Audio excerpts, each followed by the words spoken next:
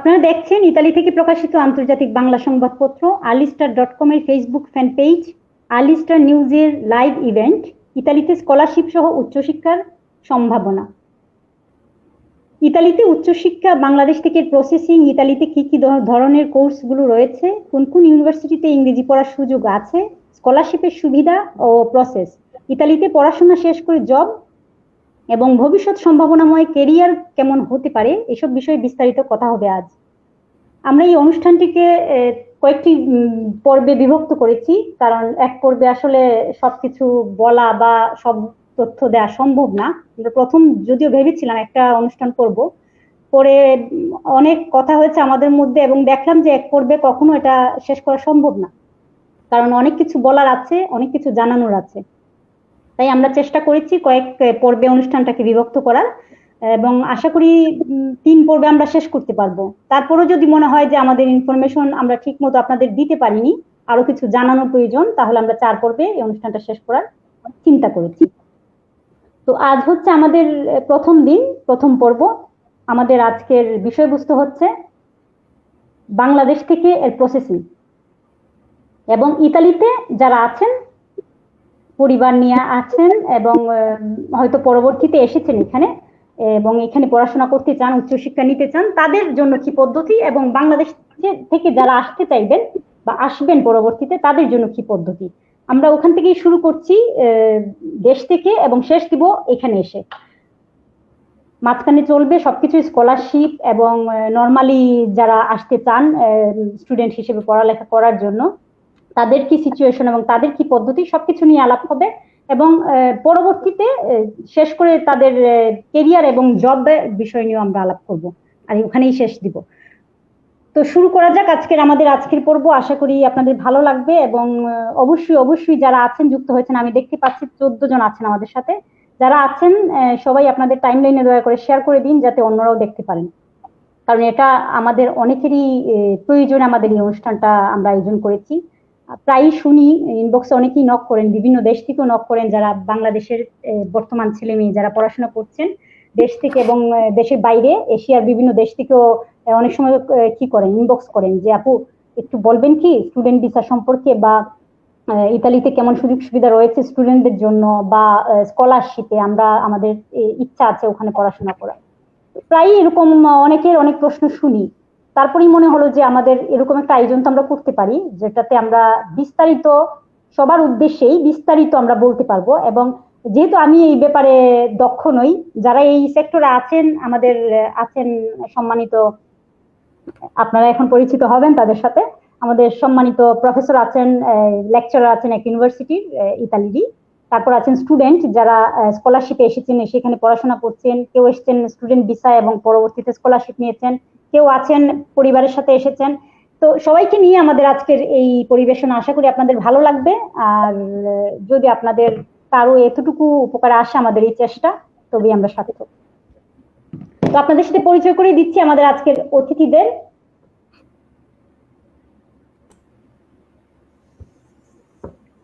আপনারা দেখতে পাচ্ছেন আমাদের সাথে আছেন ডক্টর সৌর দাশগুপ্ত, যিনি আমাদের ইতালির ভেনিস শহরে অবস্থিত ভেনিস কা ফোস্কারি ইউনিভার্সিটি লেকচারার এবং জলবায়ু অর্থনৈতিক গবেষক, Euro Mediterranean research centre for climate change. তারপর আছেন Suhel Miazi, masters of science in business management, Sapienza university of Rome. তারপর আছেন জুম্মু ননি, MBA in Global Business and Sustainability, Altis Catholic University of Milan, Masters in Environmental Science, Choloman, Ca' Foscari University of Venice, Director Green Venice SRL. তারপর আছেন Mustafizur Rahman, BSc in Electronics Engineering, University of Rome, Tor Vergata, দুঃখিত। তারপর আছেন ইসরাত জাহান তিথি, BSc Applied in Computer Science and Artificial Intelligence, Sapiens University of Rome. তো শুরু করা যাক। সবাই কেমন আছেন? নিশ্চয়ই ভালো আছেন। জি ভালো। স্বাগতম আপনাদেরকে আজকের লাইভ ইভেন্টে। আমি প্রথমেই অনুরোধ করব জনাব সুহেল মিয়াজি ভাইয়ের কাছে, বাংলাদেশে যারা আছেন এবং যারা ওখান থেকে সরাসরি এখানে আসতে চান, এসে পড়াশোনা করতে চান, তাদের জন্য কি পদ্ধতি দেশ থেকে, কিভাবে তারা শুরুটা করবেন? একেবারে শুরু থেকে আমরা শুরুটা করতে চাচ্ছি। একেবারে শুরুতে তাদের কি কি কাজ করতে হবে এবং কোথা থেকে তারা শুরু করতে পারেন, এই ব্যাপারে যদি আপনি একটু বলেন।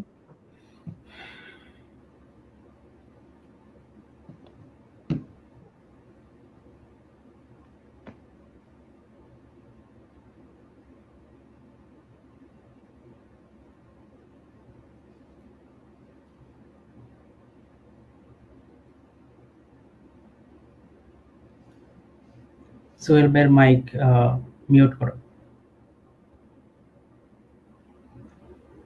ওকে, ডান। এখন ঠিক আছে। হ্যাঁ, ওকে।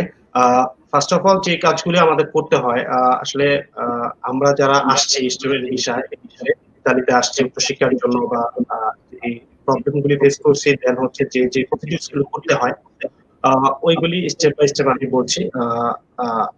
যদি কারো কোনো কোশ্চেন থাকে সাথে সাথে কোশ্চেন করবেন, লাইভে আছি আমি এবং আমাদের যারা সম্মানিত অতিথি আছেন তারাও আমার পাশাপাশি, তারাও আপনাদেরকে এই উত্তরগুলি দিবে।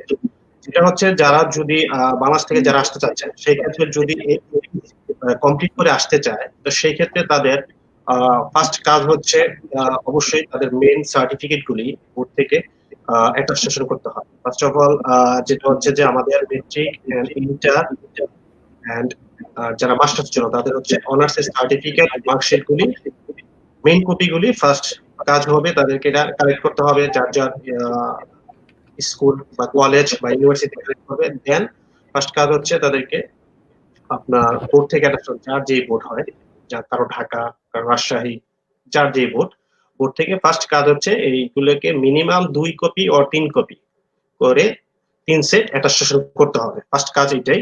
দেন হচ্ছে মিনিস্ট্রি করতে হয়, সেটা হচ্ছে আমাদের বোর্ড মিনিস্ট্রি, এডুকেশন মিনিস্ট্রি, যেটা হচ্ছে সচিবালয়ে 2 নম্বর গেট দিয়ে চাইতে হয় এডুকেশন মিনিস্ট্রি, ওই জায়গা থেকে অ্যাটাস্টেশন করতে হয়। দেন যে কাজগুলি থাকে তারপরে হচ্ছে নোটারি করতে হয়। বাট এই বছর ওটা নোটারি না করলেও হয়, যেটা আমি আপডেট যেটা ইনফরমেশন জানতে পারছি যে নোটারি না করলেও হবে, বাট নোটারিটা করে নিলে বেটার। দেন ফরেন মিনিস্ট্রি, এই কাজগুলি প্রাথমিক অবস্থা আমাদেরকে করে নিতে হবে। তো সেই ক্ষেত্রে হয় কি, এইগুলোতে করতে গেলেও আমাদের যারা বাংলাদেশ স্টুডেন্ট আছে তারা অনেক বিভিন্ন সিচুয়েশনে পড়ে যায়, দালালের খপ্পরে পড়ে যায়, বিভিন্ন সিন্ডিকেটের কারণে তারা অনেক প্রবলেমে পড়ে যায়। বাট আমি পার্সোনালি সাজেস্ট করব, এখানে আমার একটা কথা সোহেল মিয়াজি ভাই, আমার একটা প্রশ্ন, মিনিস্ট্রি থেকে আসলে মানে কিটা প্রসেসটা কি করতে হবে এটাকে হ্যাঁ, প্রসেসটা হচ্ছে মেইন কপিগুলোরই জাস্ট ফটোকপি করতে হবে অফসেট পেপারে, অবশ্যই অফসেট পেপারে করবে, করে প্রত্যেকটা 2 সেট বা 3 সেট হলে বেটার, কারণ আমরা কয়েকটা ডিপার্টমেন্ট আবার জমা দিতে হয় অ্যাটাস্টেশনের জন্য। তো সেই ক্ষেত্রে হয় অ্যাটাস্টেশন করতে হয়, জাস্ট অ্যাটাস্টেশন নরমালি, যেটা সপ্তাহিত বলি আমরা। সপ্তাহিত করে খুব সিম্পল কিছু মানি চার্জ করে তারা, বা টাকা একটা ফি আছে শুধু, সেটা হচ্ছে বোর্ড মিনিস্ট্রিতে বোর্ডে, বাট মিনিস্ট্রি গুলোতে কোনো টাকা নিচ্ছেন না। বাট সেই ক্ষেত্রে আমরা অনেকে ভুল করি, অনেকে নার্ভাস ফিল হয়ে যায় যে আসলে করতে পারবো কিনা। তো সেই ক্ষেত্রে আমরা থার্ড পার্টির আশ্রয় নিই বা সাহায্য নিই। তো সেই ক্ষেত্রে একটা অনেক প্রবলেম ক্রিয়েট হয়, যেটা গত কয়েক বছরের অভিজ্ঞতা থেকেই বলা। তো আমি জাস্ট পার্সোনালি, যেহেতু আমি নিজে করে আসছি, আমি পার্সোনালি ফুল বিষয়টা জানি, বা যতটুকু আমার অভিজ্ঞতা, স্টেপ বাই স্টেপ নিজেরটাই করলেই বেটার। কারণ মিনিস্ট্রিতে সকাল ঠিক 9টা থেকে শুরু হয়। ফার্স্ট যেটা হচ্ছে আবার বলি, ফার্স্ট হচ্ছে বোর্ডে ঠিক 9টায় জমা দিবে। সেই ক্ষেত্রে হয়তো 3 or 4 ওয়ার্কিং ডেজ এর ভিতরে তারা বোর্ডের গুলি করে দিয়ে দেয়, সেটা ঢাকা বোর্ডের ক্ষেত্রে। বাট অন্যান্য বোর্ড একটু বেশি সময় নেয়, এটা 1 সপ্তাহ, যেমন কুমিল্লা বোর্ড, রাজশাহী বোর্ড একটু প্রবলেম করে, তারা একটু সময়ও বেশি নেয়। আর যদি আমরা এটা বলি, কস্ট বলি, সেই ক্ষেত্রে হচ্ছে ঢাকা বোর্ডে 4 কপি নেয় 480 টাকা, বাংলা টাকা 480 টাকা নিচ্ছে। বাট অন্যান্য বোর্ডগুলি যেমন রাজশাহী, কুমিল্লা বোর্ডে একটু বেশি, ওরা পার পিস বা পার কপি নিচ্ছে হচ্ছে 300 ইউরো করে। আমি কস্টও বলে দিচ্ছি যাতে কোনো কেউ কারো এমব্রেসিং সিচুয়েশনে বা কোনো প্রবলেমে না পড়ে, এই জন্য আমি আসলে টাকাটাও বলে দিচ্ছি। আর সেকেন্ড হচ্ছে ওইটা হাতে পাওয়ার পরে ওই কপিগুলি সাথে মেইন কপি সহ আমাদের এডুকেশন মিনিস্ট্রি, যেটা সচিবালয়, ওইটাতে জমা দিতে হবে। সেম 2 কপি দিলেই বেটার, বাট 4 কপি করলে সবচেয়ে ভালো। তো আমি নরমালি সবাইকে সাজেস্ট করি যে 3 কপি করেই করা। তো 3 কপি করলে ওই জায়গায় কোনো কস্ট নেয় না, জাস্ট সকাল 9টায় ঢুকবে সচিবালয়ের 2 নম্বর গেট দিয়ে, নর্মাল প্রসিডিউর সিরিয়ালে ঢুকবে, ঢুকার পরে জমা দিয়ে আসবে, দেন ঠিক বিকাল 4টার পরে আবার তারা এটা ফিডব্যাক দিয়ে দেয়, ব্যাক দিয়ে দেয় অ্যাটাস্টেশন করে। তো নর্মালি এই কাজগুলি করতে আমাদের 3 or 4 ডেজ লাগে। দেন পরবর্তী ডেতে আবার আমরা নোটারি করব সকালে। তো নোটারি নর্মালি আমাদের বাংলাদেশ প্রেস ক্লাব এর সামনে অজস্র আছে যারা নোটারি করায়, বাট অবশ্যই একটা ভালো উকিল দিয়ে করানোটা ভালো। পার্সোনালি কারণ অনেকে আবার নিয়ে কাগজ আটকে রাখে, বলে এটা ওটা, অনেক প্রবলেম ক্রিয়েট করে। তো সেই ক্ষেত্রে এগুলোতে নার্ভাস হওয়ার কিছু নাই, খুবই সিম্পল ওয়েতে ওইটা করে দেন আমরা ফরেন মিনিস্ট্রিতে জমা দিব। সেম টাইম সকাল 9টায় ঢুকবো, বিকাল 4টায় আবার আমরা এটা পেয়ে যাব। এই হচ্ছে আমাদের ফার্স্ট কাজ। এই কাজগুলি করার পরে যখন আমাদের ইউনিভার্সিটির অ্যাডমিশনের সময় হয়ে আসবে, তখন নর্মালি আমাদের ফেব্রুয়ারি 22 তারিখ বা 21 তারিখ ইউনিভার্সিটি ওয়াইজ ইতালির ডে শুরু হয়ে যায়, অ্যাপ্লিকেশনের প্রসিডিউর শুরু হয়ে যায়। তখন আমরা এটা অ্যাপ্লাই করব। এন্ড পাশাপাশি যে কাজগুলি থাকে সেটা হচ্ছে যে আমাদের ইতালিয়ান ট্রান্সলেশন সেন্টার থেকে 2টা ট্রান্সলেশন সেন্টার আছে আমাদের বাংলাদেশে, ইতালি এমবিসির অথরাইজড। ওই 2টা থেকে আমরা এক সেট ওই জায়গায় জমা দিয়ে দিব হচ্ছে নর্মাল অ্যাটাস্টেশনের জন্য। কারণ এই জায়গায় একটু সময় সাপেক্ষ, এটা কষ্ট ভেরি করে সময়ের উপরে। 1 সপ্তাহ আছে, দেন হচ্ছে আমরা 15 দিন, দেন হচ্ছে 1 মাসের মেয়াদ। তো 3টা মেয়াদে আমরা এগুলি করতে পারি যে যেভাবে করে। তো আমাদের যদি সময় খুব মোটামুটি ভালো থাকে, তো সেই ক্ষেত্রে আমরা ধীরগতিতে আগানোই ভালো, যে শর্ট টাইমে আমরা দিলাম, দেন এটা অ্যাটাস্টেশন হয়ে আসলো। আরেকটা সেট আমরা দিব migration office, international migration office, যেটা আমরা IOM বলি শর্ট ফর্মে। ওইটা হচ্ছে গুলশান 2 এ। ওইটা তো আমরা আরেক সেট জমা দিব, ওইটা একটু সময় সাপেক্ষ। যেমন এই বছরে যেগুলি হয়েছে মোটামুটি অনেক, যেহেতু করোনা বেস ছিল, 2020টা আমাদের জন্য একটু মহামারী একটা দিন ছিল, তো সেই ক্ষেত্রে একটু প্রবলেম ক্রিয়েট হয়েছে। But normally IOM office 20 or 25 days এর ভিতরে ফিডব্যাক দিয়ে দেয় বা পেপারস দিয়ে দেয় অ্যাটাস্টেশন করার ক্ষেত্রে। তো সেই ক্ষেত্রে আমরা এই জন্যই 2টা সেট বলি বা 3টা সেট বলি যে অ্যাটাস্টেশন করার জন্য প্রাথমিক অবস্থায়। কারণ হচ্ছে যখন আমি IMO তে এক সেট জমা দিব, আমার আরেক সেট লাগতেছে হচ্ছে ট্রান্সলেশন সেন্টারে, যেটা ইতালিয়ান, আমাদের প্রত্যেকটা সার্টিফিকেটকে ইতালিয়ান ভাষায় ট্রান্সলেট করে দিবে। আমাদের মেট্রিক, ইন্টার, অনার্স বা মাস্টার্স সবগুলির সার্টিফিকেট এন্ড মার্কশিট গুলিকে তারা ভেরিফাই করে এবং সরাসরি তাদের ভাষায় ইতালিয়ান ল্যাঙ্গুয়েজে ট্রান্সলেট করে দেয়।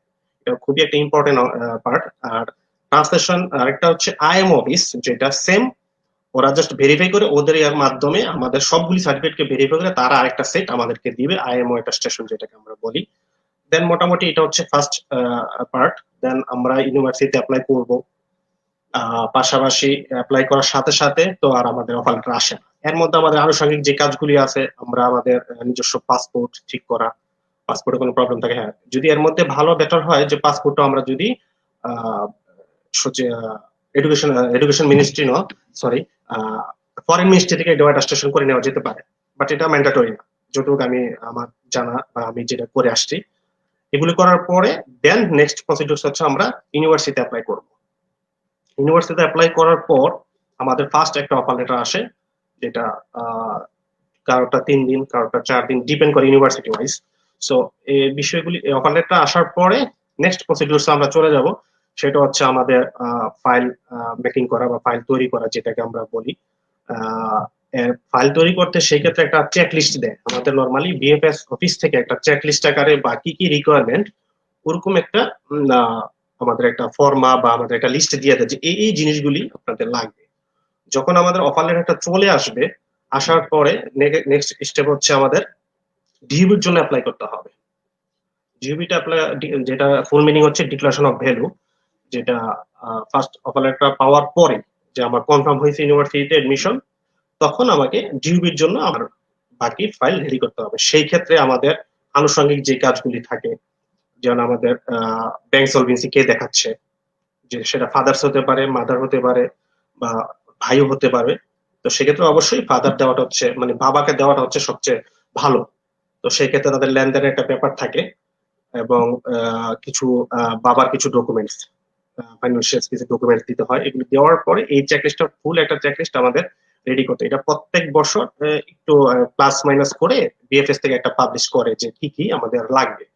তো সেই ক্ষেত্রে আমরা তখন ডিউবির জন্য যখন সাবমিট করব, তো ডিউবির একটা নির্দিষ্ট একটা চার্জ আছে। এই বছর যেটা চার্জ তারা নির্ধারণ করছে সম্ভবত বাংলাদেশি টাকায় 915 টাকা, যেটা গত বছর ছিল আপনার বাংলাদেশে 2200 সামথিং, আমি যতটুকু জানি ইনফরমেশন, হয়তো বা একটু 19-20 হতে পারে। তো এটার জন্য আমরা ডিউবির জন্য অ্যাপ্লাই করব। যখন ডিউবির জন্য অ্যাপ্লাই করব, পাশাপাশি এর মধ্যে ইউনিভার্সিটি থেকে আমাদের হয়তো বা স্কাইপি টেস্ট নিতে পারে।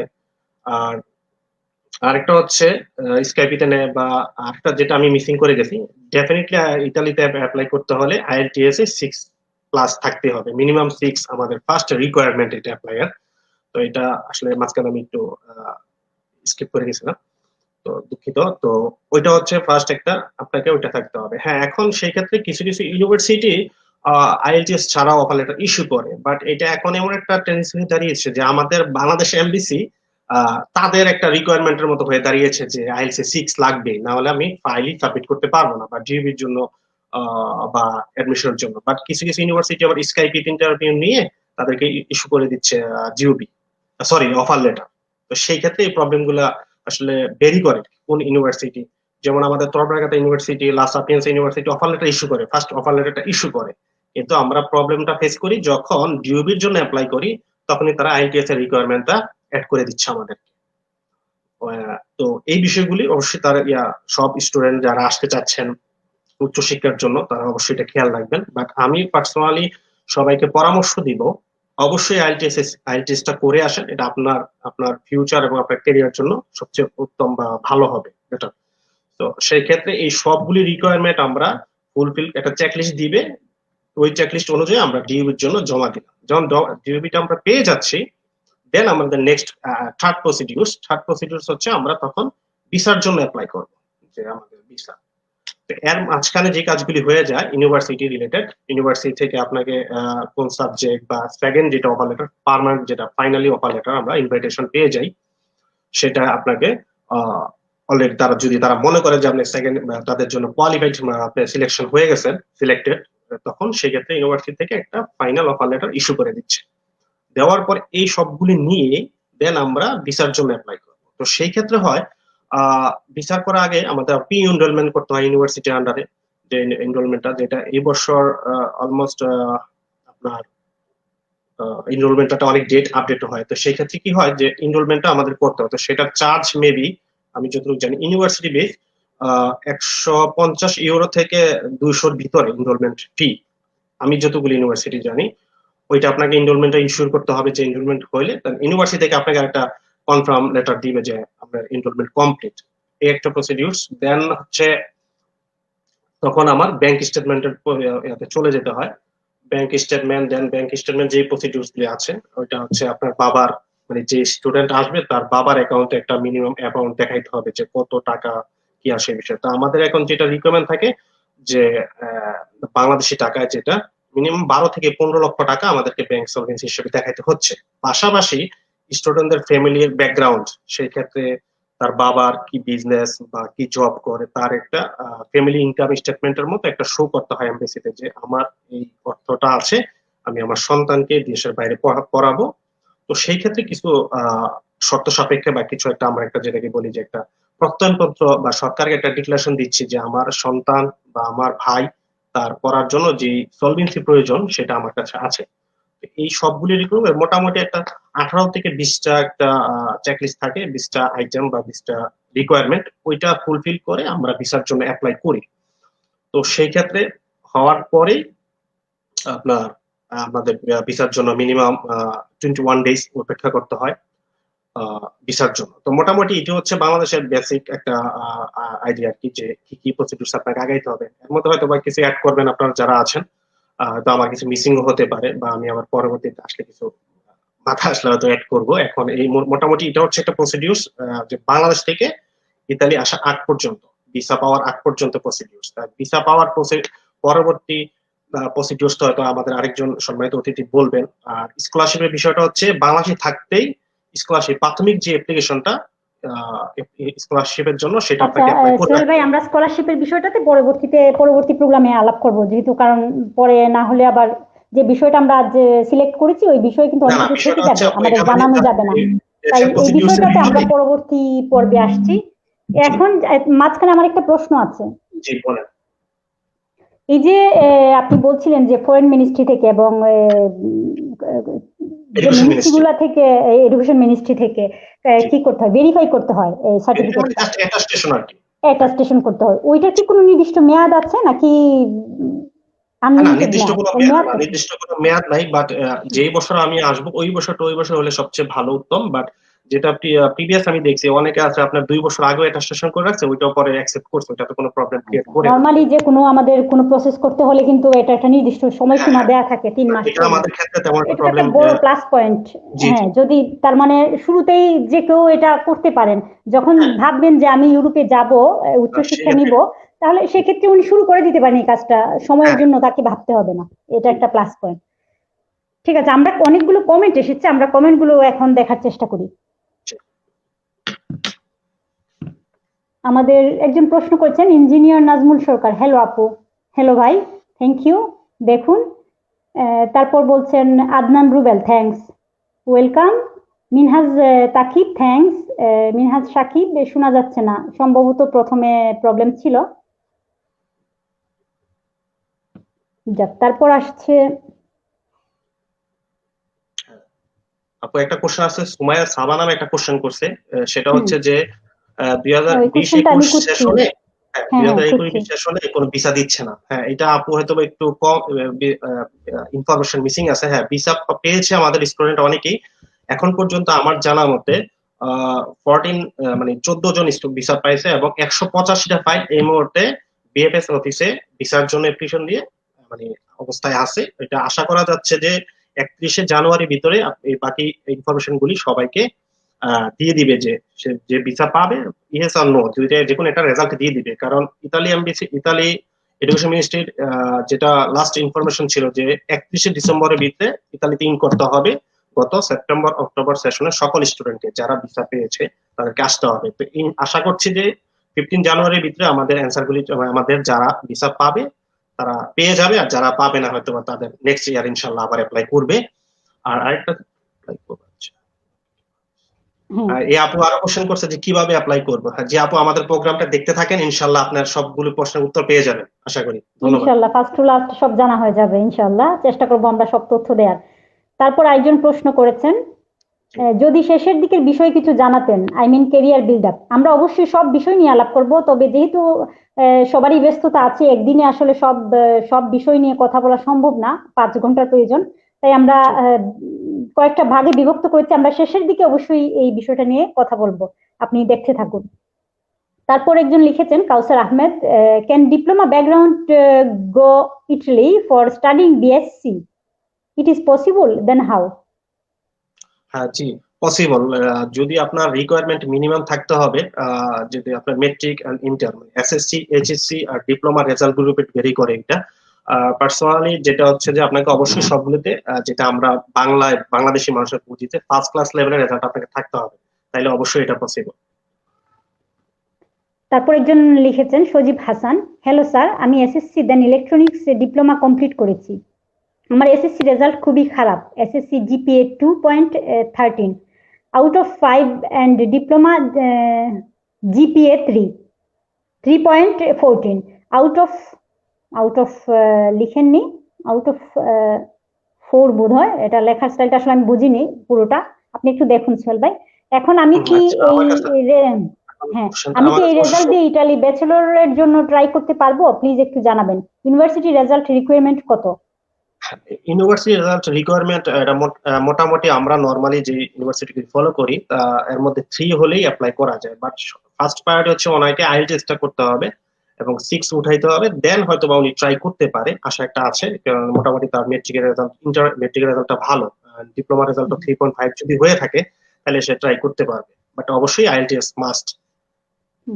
তারপর একজন প্রশ্ন করেছেন মিনহাজ সাকিব, উনি বলছেন যারা ফ্যামিলি ভিসায় আসছে তাদের কি আইএলটিএস টেস্ট লাগবে? হ্যাঁ, এই জায়গায় একটা কথা আছে, ফ্যামিলি ভিসার ক্ষেত্রে আইএলটিএসটা ম্যান্ডেটরি না, বাট ইউনিভার্সিটির উপর ডিপেন্ড করে কোন সাবজেক্ট আপনি নিচ্ছেন বা কোন সাবজেক্টের উপর পড়বেন সেই ক্ষেত্রে। যেমন গত বছর লাসাপিয়েন্সেতে একটা স্টুডেন্ট ভর্তি হয়েছে, ওর আইএলটিএসটা লাগে না, যেহেতু ওর এই জায়গায় ফ্যামিলি ডকুমেন্ট সব ছিল আর ও একটা medium institution of English certificate show করছে, দেন ওর অ্যাডমিশন হয়ে গেছে। আমাদের নেক্সট জেনারেশন যারা ইতালিতে আছে আর কি। তারপর বলছেন মোল্লা আফজাল হোসেন, বাবা রুবেল তোকে দেখে ভালো লাগছে।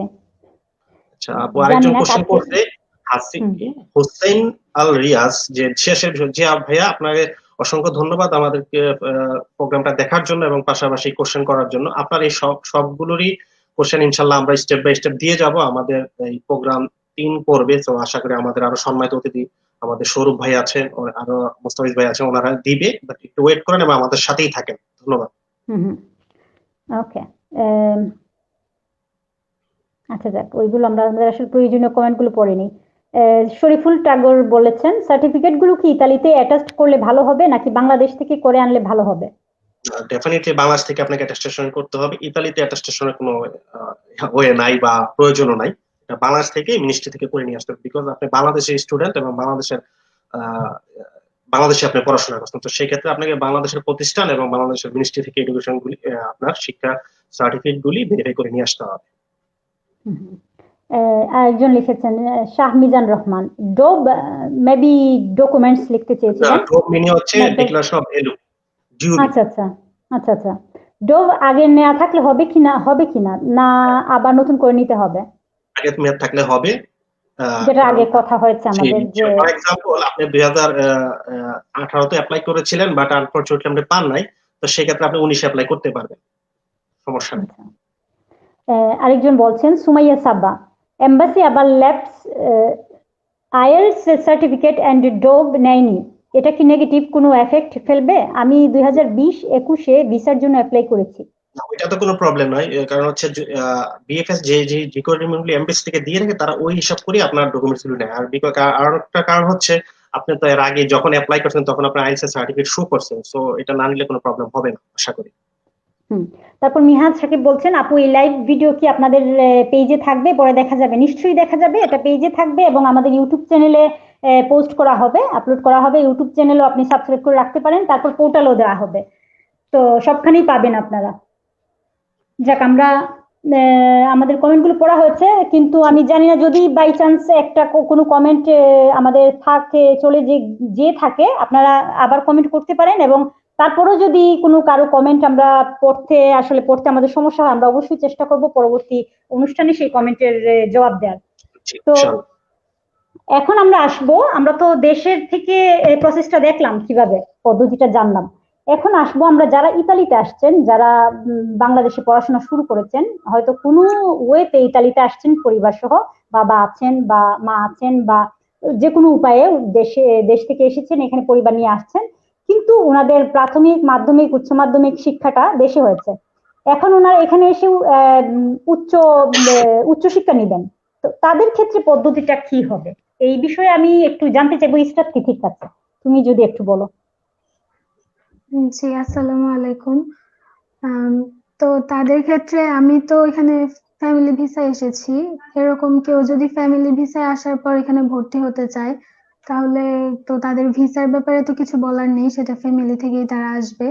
তো এখানে এসে তারা প্রথমে তারা একটা পছন্দের ভার্সিটি চুজ করবে এবং সেখানে তারা কোন সাবজেক্টে পড়বে সেটাও তারা ঠিক করার পর সেই ভার্সিটিতে মানে কিছু আছে ওপেন কোর্স যেগুলোতে কোনো অ্যাডমিশন টেস্ট লাগে না, কিছু আছে যেগুলোতে অ্যাডমিশন টেস্ট দিয়ে ঢুকতে হয়। তো এরকম যদি অ্যাডমিশন টেস্ট দিতে হয় তাহলে অ্যাডমিশন টেস্টই প্রথমে দিতে হবে ভার্সিটিতে অ্যাপ্লাই এর ক্ষেত্রে।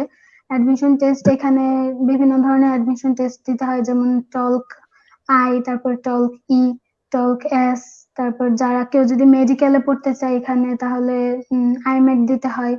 এরকম অনেক রকমের অ্যাডমিশন টেস্ট আছে। তো ফ্যামিলি ভিসা কেউ এখানে আছে, তাদের প্রথম কাজই হচ্ছে তার কোর্সের ওয়েবসাইটে গিয়ে চেক করা যে তার কোন অ্যাডমিশন টেস্টটা দিতে হবে। সেটা সে যখন ওয়েবসাইট থেকে দেখবে, তারপর সে ওই অ্যাডমিশন টেস্টের জন্য রেজিস্ট্রেশন করবে ওয়েবসাইট থেকে, তারপর অ্যাডমিশন টেস্ট দিবে। অ্যাডমিশন টেস্ট দেওয়ার পর ভার্সিটিতে মানে কোনো ভার্সিটিতে ওই স্কোরটা পাঠাতে হয়, আর কোনো ভার্সিটিতে ওই কোর্সটা ওরা মানে নিজে থেকেই নিয়ে নেয়। যেমন সাপিয়েন্সা, আমি যেহেতু সাপিয়েন্সাতে পড়ছি, applied computer science and artificial intelligence নিয়ে, তো এখানে ওরা টেস্ট চিজিয়া ওয়েবসাইটে গিয়ে যদি টলক দেওয়া হয়, তো এখান থেকে ওদেরকে আর কোনো স্কোরটা সাপিয়েন্সাতে পাঠাতে হয় না।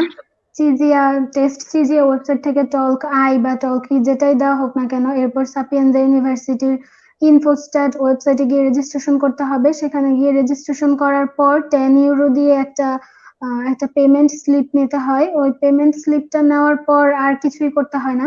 সাপিয়েন্জাতে হচ্ছে ওরা নিজেরাই টলকের বা যে কোনো অ্যাডমিশন টেস্টের যে স্কোরটা সেটা নিয়ে নেয়।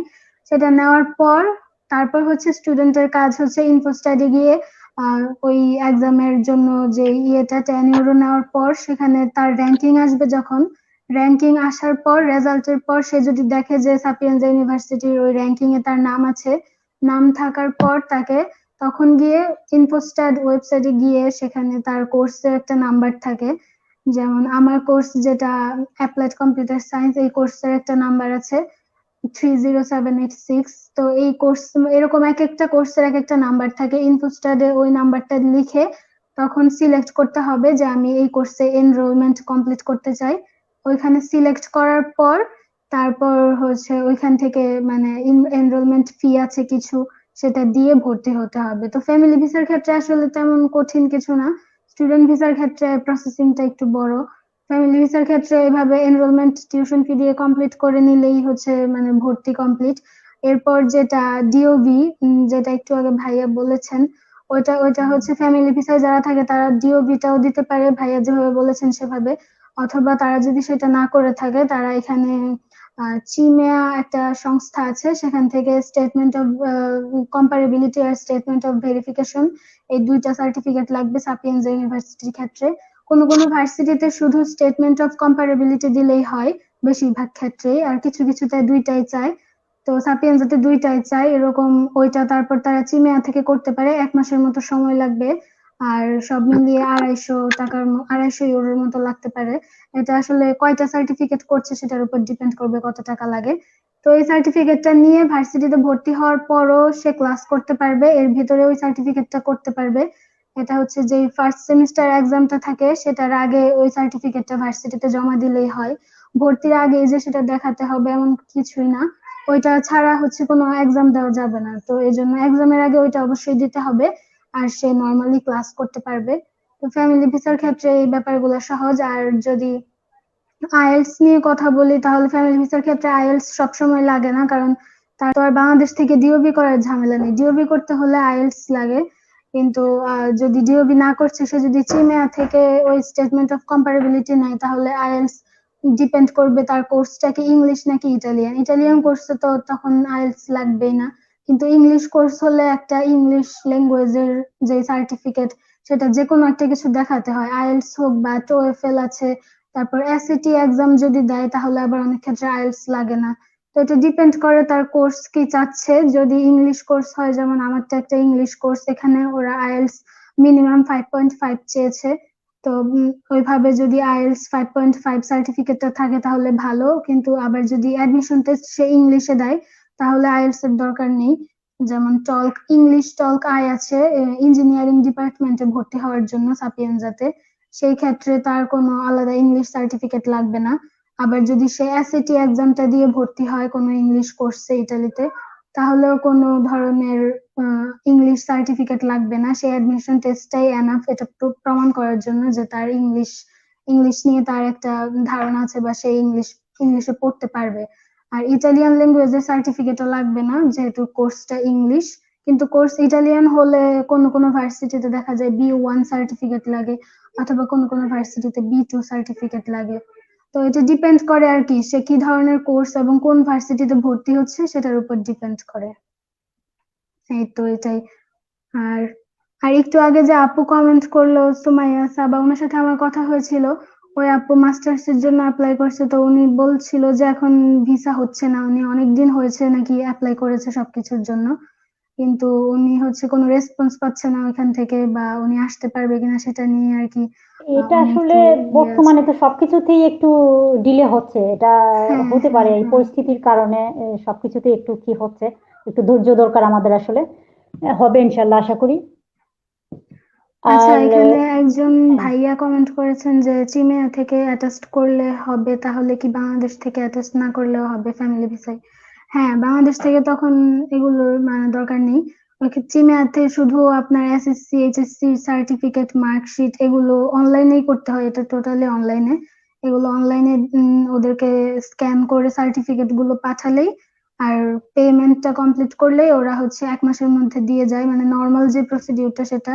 আর যদি আপনার কোনো তাড়া থাকে যে ইমার্জেন্সি ভাবে দরকার সার্টিফিকেট গুলো, তাহলে হচ্ছে ইমার্জেন্সির জন্য আলাদা একটা পেমেন্ট করতে হয়। ওই এক্সট্রা পেমেন্টটা করলে সেটা 15 দিনের মধ্যেও দিয়ে যায়। তো ফ্যামিলি ভিসায় মানে বাংলাদেশ থেকে যদি আগেই করে আনেন তাহলে ভালো, ডিওবি যদি করে আনেন, আর না করে আনলে চীনা থেকে করতে পারবেন, এটাই আর কি। আচ্ছা, আরেকজন প্রশ্ন করেছেন, শরীফুল টাকা, এটা পড়েছিলাম কিনা? হ্যাঁ, এটা হ্যাঁ, না মনে হয়। আমি ফ্যামিলি ভিসা ইতালিতে এসেছি, ঢাকা বিশ্ববিদ্যালয় থেকে বাংলা বিভাগ থেকে স্নাতক এবং স্নাতকোত্তর শেষ করেছি। এখানে কি পিএইচডি করতে পারবো? আর পারলে কোন বিষয়ে করতে পারবো? এটা বোধহয় আমাদের ডক্টর সৌরদাস গুপ্তর কাছে জানতে চাইবো, আমার মনে হয় ভালো হবে। দাদা, আপনি যদি একটু বলেন। শরীফের সাথে আমার আগেও কথা হচ্ছে, ইনফ্যাক্ট আজকে সকালেও কথা হচ্ছে। সে আচ্ছা। যেহেতু তার বাংলা বিভাগ থেকে অনার্স মাস্টার্স করা, হুম। তার ইংলিশ ল্যাঙ্গুয়েজ বা ইংলিশ লিঙ্গুইস্টিক্স বা ইংলিশ লিটারেচার এই ধরনের সাবজেক্টে হয়তো সে পিএইচডির জন্য আবেদন করতে পারবে, এবং আমার বিশ্বাসে পিএইচডিও করতে পারবে। কিন্তু ব্যাপারটা যেহেতু একটু আলাদা অন্যদের থেকে, হুম। আমি ওকে বলবো সে যাতে ইউনিভার্সিটির ডিপার্টমেন্টে যোগাযোগ করে, তারা ওকে ভালো গাইডেন্স দিতে পারবে। কারণ যেহেতু সে বাংলায় পড়াশোনা করে এসেছে আর ইতালিতে বাংলা ভাষার উপরে কোর্স নেই, তার ইউনিভার্সিটির সাথে বা ইউনিভার্সিটির ডিপার্টমেন্টের সাথে যোগাযোগ করলে সবচেয়ে ভালো হয়। আচ্ছা, তারপর আরেকজন লিখেছেন সজীব হাসান, ব্যাচেলরের জন্য স্টাডি গ্যাপ অ্যাকসেপ্টেবল কিনা, আর অ্যাকসেপ্ট হলে সেটা কত ইয়ার্স, আর স্টাডি গ্যাপ ইয়ার্স গুলোর জন্য কি জব এক্সপিরিয়েন্স দেখাতে হবে কি?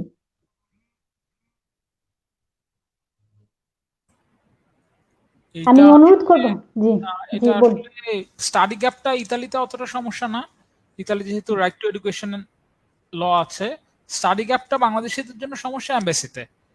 যেহেতু আমাদের ট্র্যাক রেকর্ড এমবেসিতে বা মানে দালালদের দৌরাত্ম্যের কারণে খুব একটা ভালো না। গত 6-7 বছর ধরে, আমি সরাসরি বলছি, কোনো রাগঢাক নাই, আমাদের ইতালিতে বাংলাদেশিদের সমস্যা দালালদের জন্য। ভুয়া স্টুডেন্ট নিয়ে আসছে, তারা পড়াশোনা করে নাই, এন্ড অফ দ্য স্টোরি। বাংলাদেশে এই জন্য 1-1.5 বছরের স্টাডি গ্যাপেও ভালো ভালো ছাত্রদের ভিসা হয় নাই। তো যাদের একটু স্টাডি গ্যাপ আছে, যাদের রিজনেবল মানে কারণ আছে, সঠিক কারণ আছে, তারা জব এক্সপিরিয়েন্স দেখালে এটা কোনো সমস্যা হওয়ার কথা না। কিন্তু যদি আপনার ব্যাচেলার্স এর পরে বা আপনার এইচএসসির পরেই আপনার 6-7 বছর স্টাডি গ্যাপ থাকে, সেটা এমবেসি জাস্টিফিকেশন চাইতেই পারে যে আপনার কেন এত লম্বা সময় স্টাডি গ্যাপ। অথবা আপনার ব্যাচেলার্স এর পরে যদি 4-5 বছর স্টাডি গ্যাপ থাকে, সেটা কিন্তু খুব একটা সমস্যা না যদি আপনার জব এক্সপিরিয়েন্স থাকে, সেটা আপনি দেখিয়ে দিলেন। কিন্তু আপনার মানে রিজন গুলি বা জাস্টিফিকেশন গুলি তৈরি রাখবেন। আপনি যখন ডিওভির জন্য অ্যাপ্লাই করেন বা আপনার যখন ভিসা ইন্টারভিউ হয়, তখন আপনি আপনার এই জাস্টিফিকেশন গুলি রেডি রাখবেন, এবং যতটা সম্ভব তাদের বোঝানোর চেষ্টা করবেন যে আপনার পড়াশোনা করার ইচ্ছা, কিন্তু আপনি জব এক্সপিরিয়েন্সের জন্য স্টাডি গ্যাপটা হয়েছে। আচ্ছা, আরেকজন প্রশ্ন করেছেন, ইতালি ভিসা দেশে না, ডিওবি হচ্ছে না, তাহলে কি কে করবে? এটা আসলে ক্লিয়ার না প্রশ্নটা আমার কাছে, জানি না দাদা বুঝতে পেরেছেন কিনা। ইতালি ভিসা দেশে না, মানে ইতালির ভিসা হয়তো দেশ না, উনি মনে হয় দেশের বাইরে। আমি ওই বিষয়টাতে আসতে চাই কমেন্টগুলো শেষ করে। আচ্ছা, এটা না হয় পরেই কথা বলি। তারপর বলছেন, হ্যাঁ, মোহাম্মদ মুরসালিন, আপু আমি ডিপ্লোমা করেছি 2016, এখন আমি জব করতেছি। আমি কি অ্যাডভান্স হায়ার কোনো ডিপ্লোমা প্রোগ্রামে অ্যাডমিশন হওয়া যাবে কিনা, মানে হয়তো অ্যাডমিশন নিতে পারবেন কিনা, এটা বুঝিয়েছেন। আশা করি বুঝতে পেরেছেন। বলছেন উনি ডিপ্লোমা করেছেন 2016-তে, এখন উনি জব করছেন, এবং এখন উনি চাচ্ছেন যে কোনো অ্যাডভান্স বা হায়ার এডুকেশন নেওয়ার চেষ্টা করছেন বা চাচ্ছেন, পারবেন কিনা।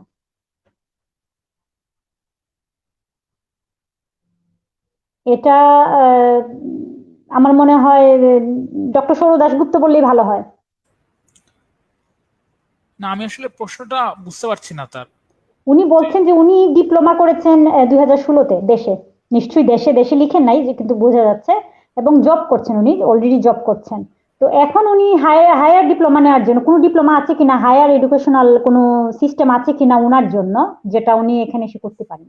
না, ইতালিতে মানে ডিপ্লোমা, হায়ার ডিপ্লোমা সেটার কোনো সেরকম ব্যবস্থা নাই, মানে ইতালির পড়াশোনার ব্যবস্থাটা হচ্ছে লাউরিয়া, যেটাকে আমরা অনার্স বলি, লাউরিয়া ম্যাজিস্ট্রালে, যেটাকে আমরা মাস্টার্স বলি। আর কিন্তু মানে মাস্টার্স এর মধ্যে আরেকটা ভাগ আছে, সেটা হচ্ছে স্পেশালিস্টিকা। সেটা 1 বছরের কোর্স, কিন্তু সেটা সেটা একদমই জব মার্কেটের জন্য।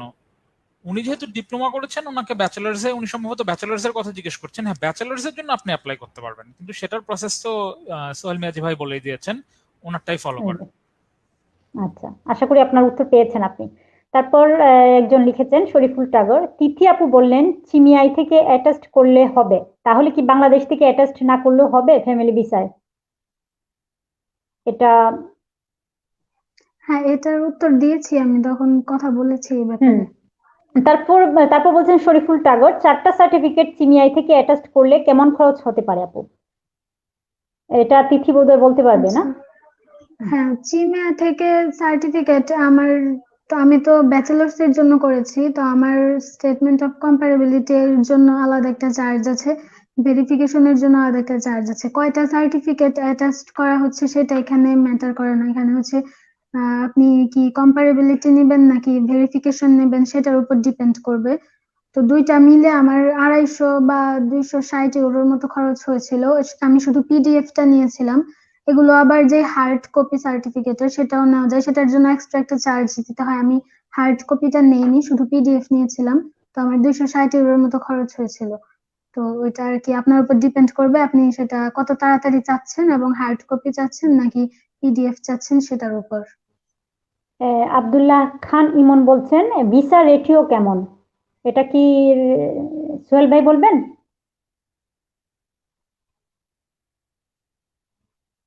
অথবা ডক্টর সৌরভ দাশগুপ্ত, একজন বললেই হয়।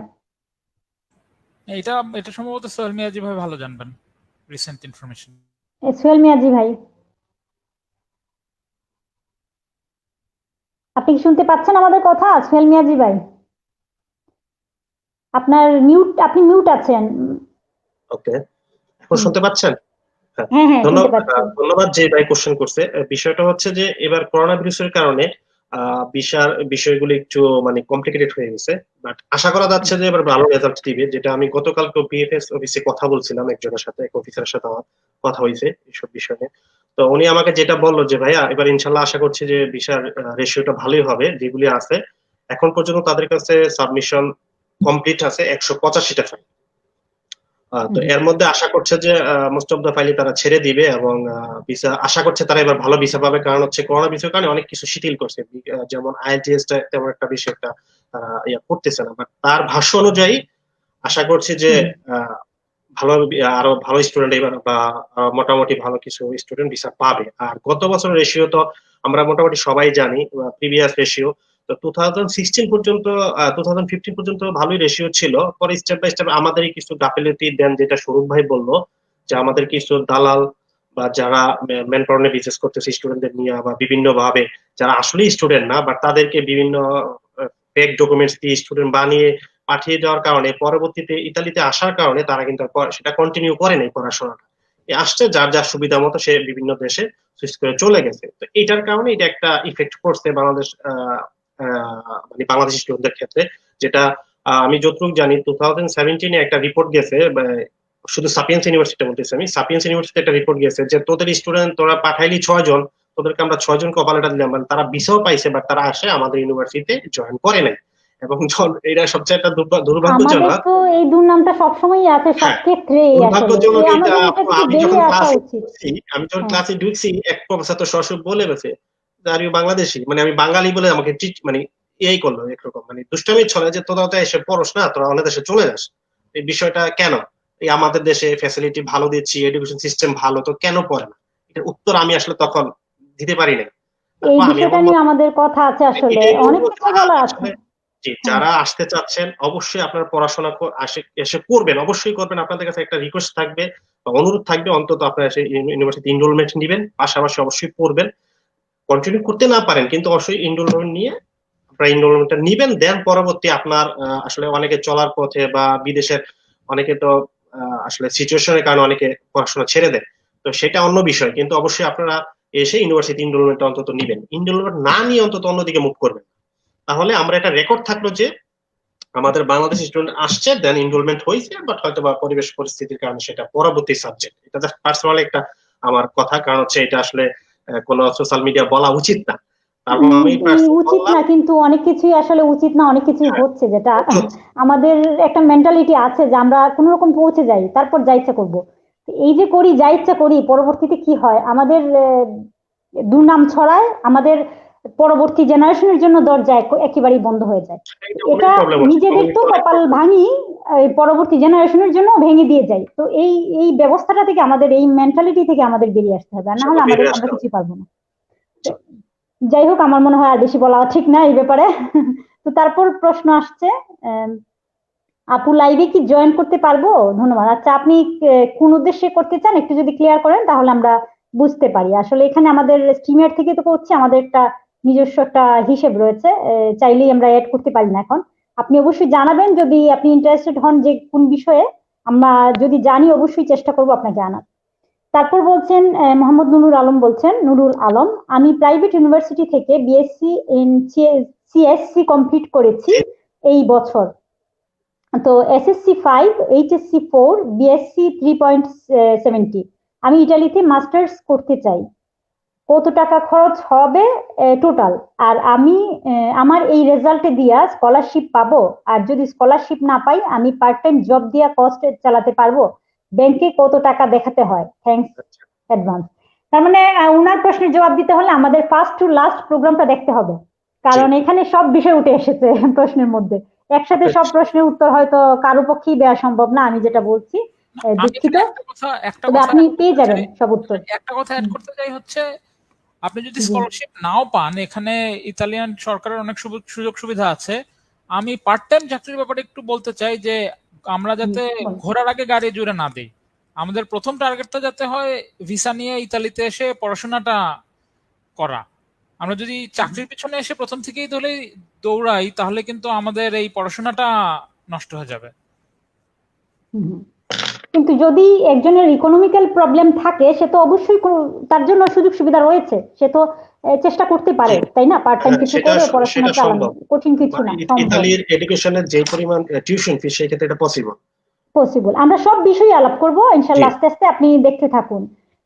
তারপর যদি কোনো গ্যাপ থাকে, আমাদের অবশ্যই থাকতে পারে, আপনি প্রশ্ন করবেন, অবশ্যই আমরা সেটা চেষ্টা করব। প্রয়োজনীয় অনুষ্ঠান আরেকটা বেশি করব, আমরা চেষ্টা করব সেগুলো নিয়ে আসার। তারপর মোহাম্মদ কামরুল হাসান বলছেন, nice see you on live my brother Mohammad Sohel Miazi. আচ্ছা, তারপর মোহাম্মদ জীবন Chowdhury, I have completed HSC in 2018, got IELTS overall 6.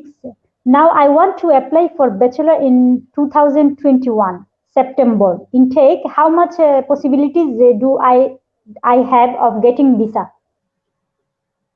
Sohel Miyaji ভাই বলুন। হ্যাঁ, ধন্যবাদ আপু।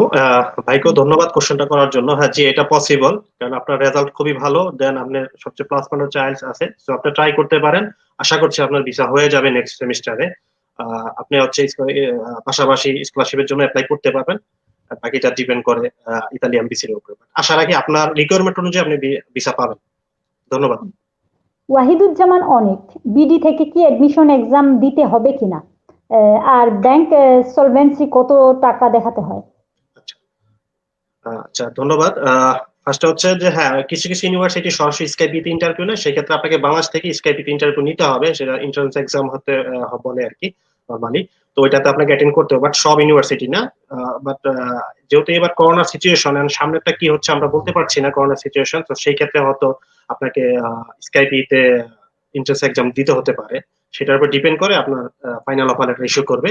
আর ব্যাংক সলভেন্সির বিষয়টা হচ্ছে, এটা আসলে ব্যাংক সলভেন্সি কিসের উপরে মানে ভিত্তি করে ব্যাংক সলভেন্সি আসলে দেখাতে হয়, সেটা হচ্ছে যে আপনার টিউশন ফি ইয়ারলি আপনার কত টাকা থাকা খাওয়া খরচ, ওইটার উপর ডিপেন্ড করে একটা এস্টিমেট আকারে ওইটাকে আসলে দেখাইতে হবে। তো সেই ক্ষেত্রে আমরা নরমালি বাংলাদেশি স্টুডেন্টদেরকে যারা আসতে চাচ্ছে তাদেরকে সাজেস্ট করি পার্সোনালি যে 12 লাখ থেকে 15 লাখের ভিতরে দেখালেই হবে। আচ্ছা, জিয়াজ ফাইসাল লিখেছেন, পার্টিসিপেট চাচ্ছে আপু, কোয়েশ্চেন এন্ড আনসার। আপনি কোয়েশ্চেন করুন, আমরা অবশ্যই আনসার দেওয়ার চেষ্টা করব আপনার কোয়েশ্চেনের। আর এখানে তো একটা লিমিটেশন আছে, আসলে আমরা চাইলেই আনতে পারি না, এখানে আমরা লাইভ স্ট্রিম করছি স্ট্রিমিয়ার দিয়ে, এখানে 6 জনের বেশি নেওয়া যাচ্ছে না, দুঃখিত তার জন্য। আপনি প্রশ্ন করতে পারেন আপনার যে কোনো প্রশ্ন থাকলে।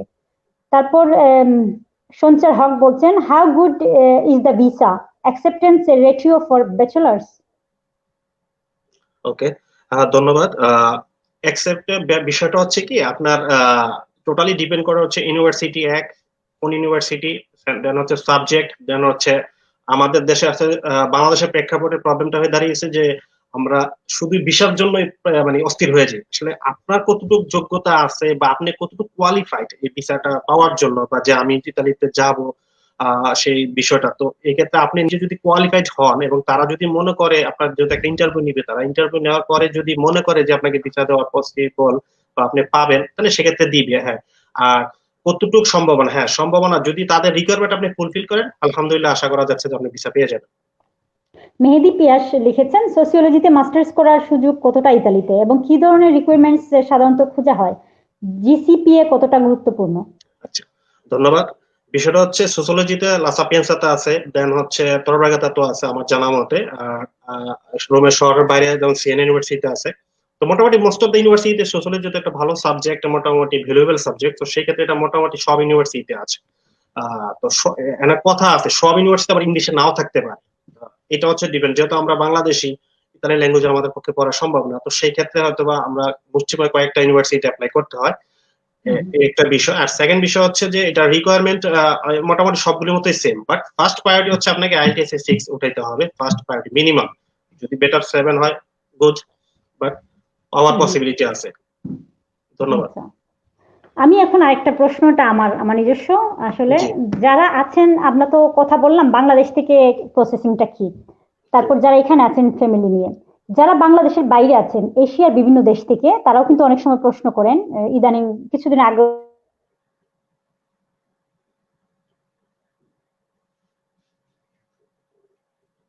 হ্যালো। থেকে এসেছিল স্কলারশিপে ইন্টার হ্যাঁ, করার পরে, এবং মাস্টার্স কমপ্লিট করেছে ওখানে, পিএইচডি করতে চায় ইতালিতে। তো তাদের প্রসেসিং সিস্টেমটা কি আসলে? আপু সরি আপু, একটু মাঝখানে জানতে আপনার চাইবো। কথাগুলো একটু বুঝি নাই, একটু কানেকশনের প্রবলেম আচ্ছা ছিল। আচ্ছা, আপনি বলছিলাম কেন? যেমন বাংলাদেশে প্রাথমিক মাধ্যমিক উচ্চ মাধ্যমিক শেষ করেছে, জি করে স্কলারশিপে, আমি জাস্ট এটাকে এক্সাম্পল ধরছি, আরো জি তো অনেক আছে স্কলারশিপ না এমনিতে আছে, বা বিভিন্ন কারণে বা পরিবার নিয়ে আছে বা স্টুডেন্ট জি ভিসায় আসছে, যেমন চীনে আসছে, মালয়েশিয়া আসছে, এশিয়ার বিভিন্ন দেশে আসছে, ওরা পড়াশোনা করছে এবং উচ্চশিক্ষার আরেকটা কোর্স এখানে করতে চায়, পিএইচডি বা মাস্টার্স এখানে জি। করতে যাচ্ছে। তো ওদের ব্যাপারে ওদের বেলায় পদ্ধতিটা কি হবে? আচ্ছা, ওরা কোন পদ্ধতিটা অনুসরণ করবে? সেম প্রসিডিউরস, একদম সেম, টোটালি সেম এটাই, প্রসিডিউর। হ্যাঁ। বাট তার জন্য প্লাস পয়েন্ট হচ্ছে তার আইএলটিএস ম্যান্ডেটরি না। বাংলাদেশের আচ্ছা। বাইরে এটা যে কোনো কান্ট্রিতে সে যদি বৈধভাবে থাকে, সেটা মালয়েশিয়া হতে পারে, আরব আমিরাতের যে হুম কোনো কান্ট্রি হতে পারে, বা আফ্রিকান কান্ট্রি, যে কোনো কান্ট্রি, অনলি হুম বাংলাদেশ ছাড়া যে কোনো দেশের থেকে সে অ্যাপ্লাই করতে পারবে। এবং সে পিএইচডি হোক মাস্টার্স হোক সব, কিন্তু তার প্রসিডিউর সেম প্রসিডিউর, যেটা আমি ফার্স্টে আপনাদের সাথে শেয়ার করছিলাম। হুম সেম প্রসিডিউর, তাকে ডিউবি কালেক্ট করতে হবে, ইউনিভার্সিটি অ্যাপ্লাই করতে হবে, বাকি যে রিকোয়ারমেন্ট সবগুলি ফুলফিল করলে সে অবশ্যই সে ভিসা পাবে। এবং সেই ক্ষেত্রে আমাদের যে একটা স্টুডেন্ট আসতেছে ফেব্রুয়ারি 2 তারিখ, নাজমুল হোসেন, সেম উনি মালয়েশিয়া থেকে মাস্টার্স করছে, দেন আবার লা সাপিয়েন্সাতে আসতেছে মাস্টার্স করার জন্য। তার হুম আইএলটিএস রিকোয়ারমেন্ট নাই, লাগেও না। হুম বাংলাদেশের জন্য শুধু রিকোয়ারমেন্ট হচ্ছে, বললাম আমি আপনাদের ফার্স্টেই যে অনেক আচ্ছা ইউনিভার্সিটি আছে আইএলটিএস চাচ্ছে না, বাট আমাদের বাংলাদেশ ইতালি এমবিসি মানে একটা মানে স্বঘোষিত একটা রিকোয়ারমেন্ট দিয়ে দিছে যে তোমাদের আইএলটিএস ছাড়া তুমি ভিসা অ্যাপ্লাই করতে পারবে না। তো সেই ক্ষেত্রে হুম আমি যতটুকু আমার জানা, অন্যান্য দেশ থেকে অ্যাপ্লাই করলে আইএলটিএস ও লাগবে না, বাট আইএলটিএস থাকলে তার জন্য একটা এক্সট্রা ফ্যাসিলিটি হিসেবে সে বা গ্রহণযোগ্যতা পাবে, ভিসা পাবে। হুম এটা আরো সহজ, অনেক সহজ। এবং আচ্ছা, প্রিভিয়াস অনেক স্টুডেন্ট আমাদের বাংলাদেশ থেকে অনেক স্টুডেন্ট দেশে আসছে, এটা একটা প্লাস পয়েন্ট ম্যাক্সিমামই যেটা মালয়েশিয়া থেকে আসছে। আমি গত বছর একটা স্টুডেন্ট আসছিল, সম্ভবত সেন ইউনিভার্সিটি আছে এখন, ও মালয়েশিয়াতে আসছে, বাট ওইটা মোটামুটি খুব সহজভাবে সে চলে আসছে, এবং মালয়েশিয়ান ইতালিয়ান ভিসাতে আমার একটা প্রবলেমই করে। আচ্ছা। ধন্যবাদ। তারপর একজন প্রশ্ন করেছেন, ইতালিতে টেক্সটাইল সাবজেক্টটা কেমন অ্যাভেইলেবল? টেক্সটাইলে কি স্কলারশিপ পাওয়া যায় সেখানে? এটা কার জন্য আমি জানি না, প্রশ্নটা আসলে। এটা বেটার হবে আমাদের অনেক ভাই বলতে পারবে, যেহেতু অনেক ভাই আচ্ছা বলুন, এই সেক্টরে। জুমুন অনিক ভাই, আপনাকে অনুরোধ করছি এই প্রশ্ন উত্তরটা দেওয়ার জন্য। অনিক ভাই যে আছেন? আচ্ছা ভাইয়া তো মুট করে রাখছে সম্ভবত।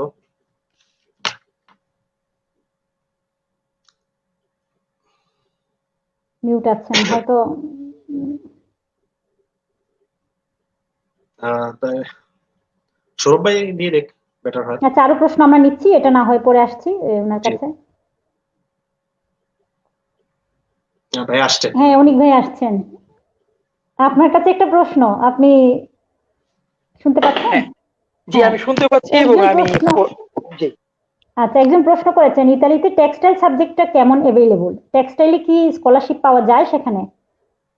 অসংখ্য ধন্যবাদ এবং সবাইকে শুভ সন্ধ্যা। এখানে আমার স্যার রয়েছেন আর ওনারা রয়েছেন মোস্তাফিজ ভাই, সোহেল মিয়াজি ভাই, ইসরাত সবাইকে।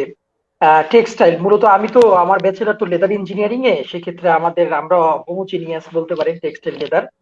তো টেক্সটাইলের ডাইরেক্ট সাবজেক্ট এখানে ইটালিতে অতটা পাওয়া যায় না, জার্মানিতে যতটা পাওয়া যায়। তারপরেও টেক্সটাইলের সিমিলারিটি অর্থাৎ টেক্সটাইলের স্পেসিফিক যেই কেমিক্যাল ইঞ্জিনিয়ারিংটা রয়েছে সেটা খুব ভালো মতো অ্যাভেলেবেল রয়েছে ইটালির প্রত্যেকটা ইউনিভার্সিটিতেই, সায়েন্স বেসড ইউনিভার্সিটি যেগুলো রয়েছে সেগুলোতে।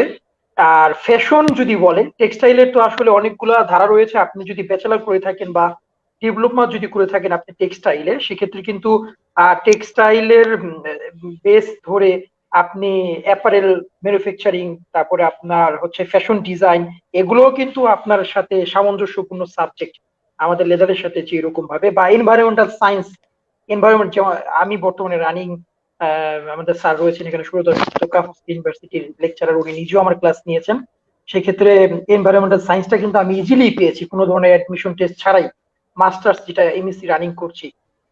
তো টেক্সটাইল না পেলেও টেক্সটাইলের যে সিমিলারিটি সাবজেক্ট রয়েছে সেটা ফ্যাশন হতে পারে কিংবা টেক্সটাইলের রিলেটেড কেমিস্ট্রি হতে পারে, সেগুলোতে আপনি ইজিলি পাবেন। টেক্সটাইল নামে ডাইরেক্ট সাবজেক্ট ইটালিতে আমার জানা মতে 2-1টা ইউনিভার্সিটি রয়েছে, সেটা আমি একবার গুগল করেছিলাম, গুগল করার পরে আমি পেয়েছিলাম আর কি।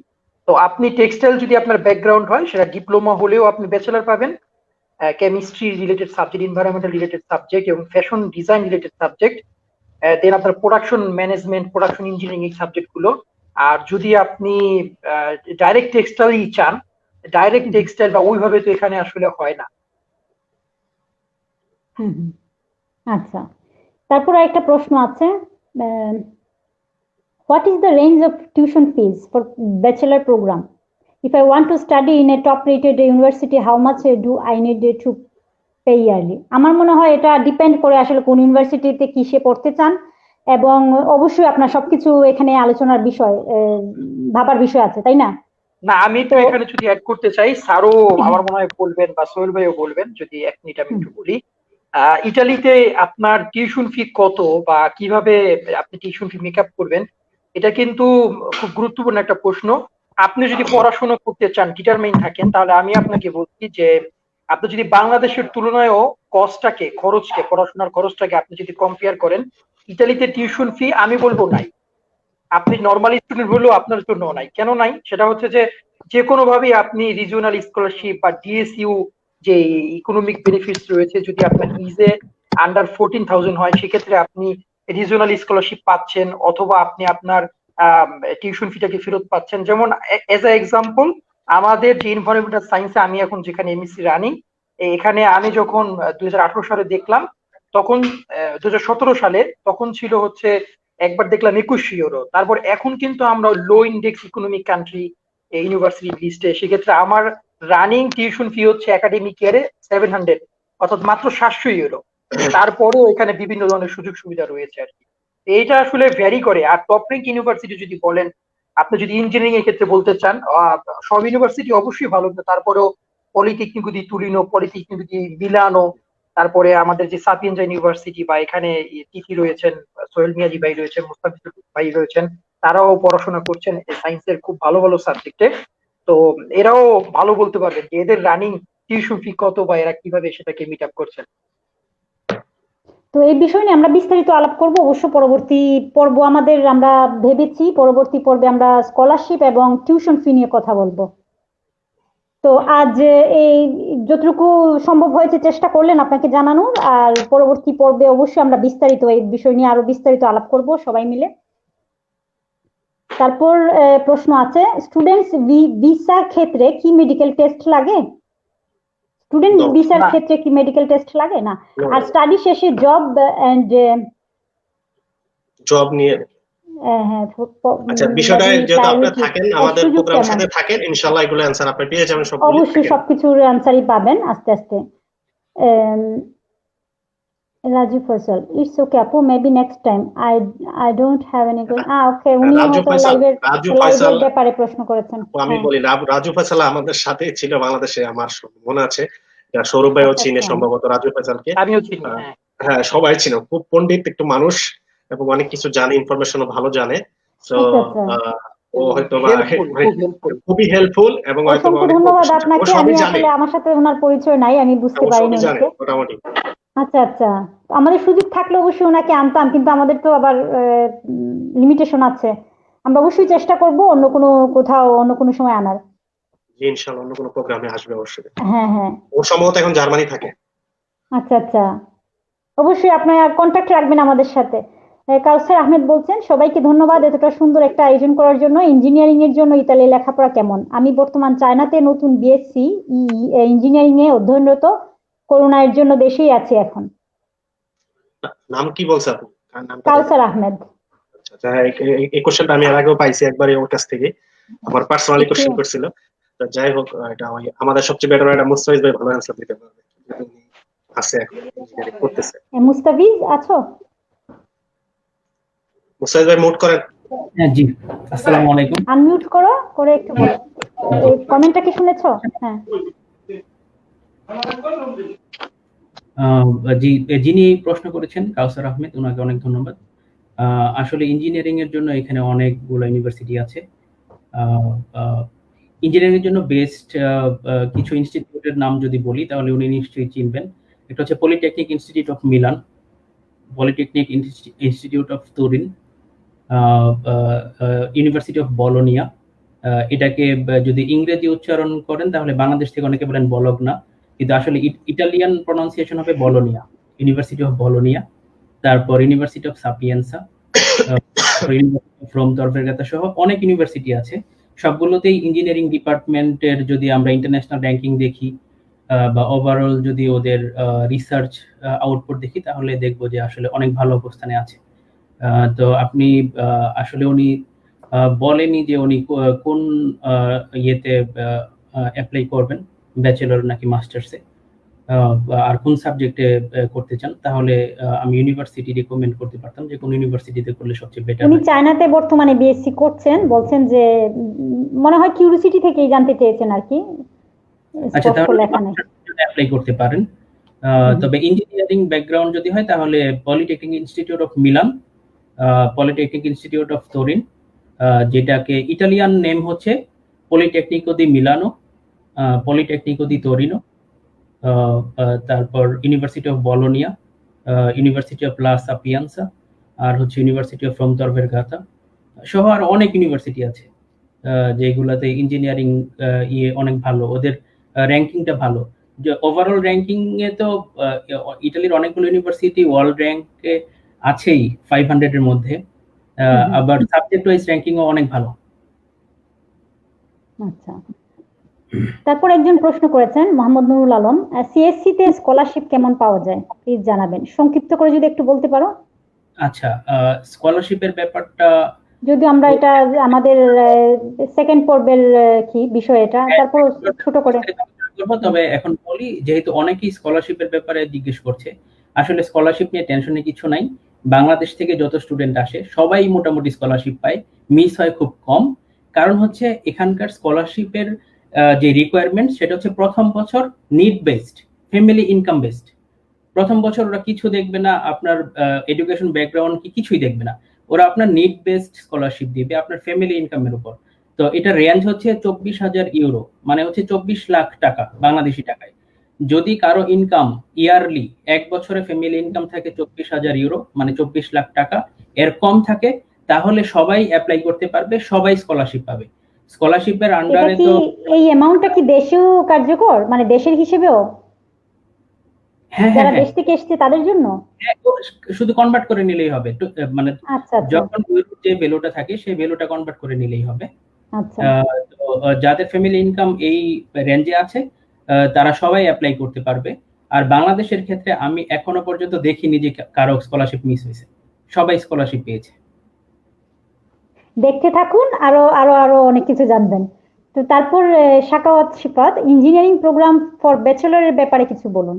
এখন ইঞ্জিনিয়ারিং প্রোগ্রাম ফর ব্যাচেলর কি জানতে চেয়েছেন আসলে ক্লিয়ার না।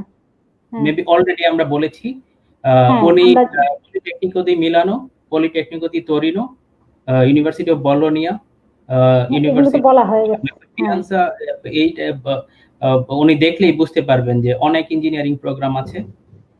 আবার এখানে আবার কিছু ইউনিভার্সিটি আছে যে ইঞ্জিনিয়ারিং এর জন্য অনেক ভালো, আবার কিছু ইউনিভার্সিটি আছে যে লিটারেচারের জন্য অনেক ভালো। আর আমাদের সাথে তো প্রফেসর সৌর দাশগুপ্ত আছেন, উনি কাফস্কার ইউনিভার্সিটি সম্পর্কে আমার খুব ভালো আইডিয়া নেই যে ওনাদের কোন ডিপার্টমেন্ট সবচেয়ে বেটার, উনি বলতে পারবেন, উনি যদি একটু বলেন কষ্ট করে। কাফস্কার ইউনিভার্সিটির বড় দুইটা ডিপার্টমেন্ট হচ্ছে economics management and business faculty, আমাদের বহু অনার্স মাস্টার্স আর পিএইচডি প্রোগ্রাম আছে ইংরেজিতে। দ্বিতীয় বড় ফ্যাকাল্টি হচ্ছে আমাদের natural sciences and computer science, যেখানে আমাদের এনভায়রনমেন্টাল সায়েন্স থেকে শুরু করে এনভায়রনমেন্টাল ফিজিক্স, তাছাড়াও computer science, computer technology, digital management, এই ধরনের অনেক সাবজেক্ট আছে, অনেক কোর্স আছে। তাছাড়াও আমাদের modern languages, English language, English linguistics এর উপরেও আমাদের বেশ কিছু ইংরেজিতে পড়ানো হয়। এবং ব্রেক্সিটের ফলে যে ইউরোপ থেকে যে সংখ্যক ছাত্রছাত্রী ইউকেতে যেত ইংরেজিতে পড়াশোনা করার জন্য, তাদের অ্যাট্রাক্ট করার জন্য কাফস্কারিতে গত 4 বছরে ইংরেজিতে পড়ানো সাবজেক্টের সংখ্যা প্রায় 3 গুণ হয়েছে। আমি সবাইকে বলবো আমাদের ইউনিভার্সিটির ওয়েবসাইটে গিয়ে বা গুগলে কাফস্কারি ইংলিশ ডট প্রোগ্রাম সার্চ দিলেই পেজটা চলে আসবে। এখানে সব ইংরেজিতে পড়ানো হয় যেসব সাবজেক্টগুলি সব একসাথে চলে আসবে, সেটা হিউম্যানিটিজ হোক, ইকোনমিক্স এন্ড ম্যানেজমেন্ট হোক, ন্যাচারাল সায়েন্সেস হোক, কম্পিউটার সায়েন্স হোক, সবাইকে আমি দেখার অনুরোধ করবো।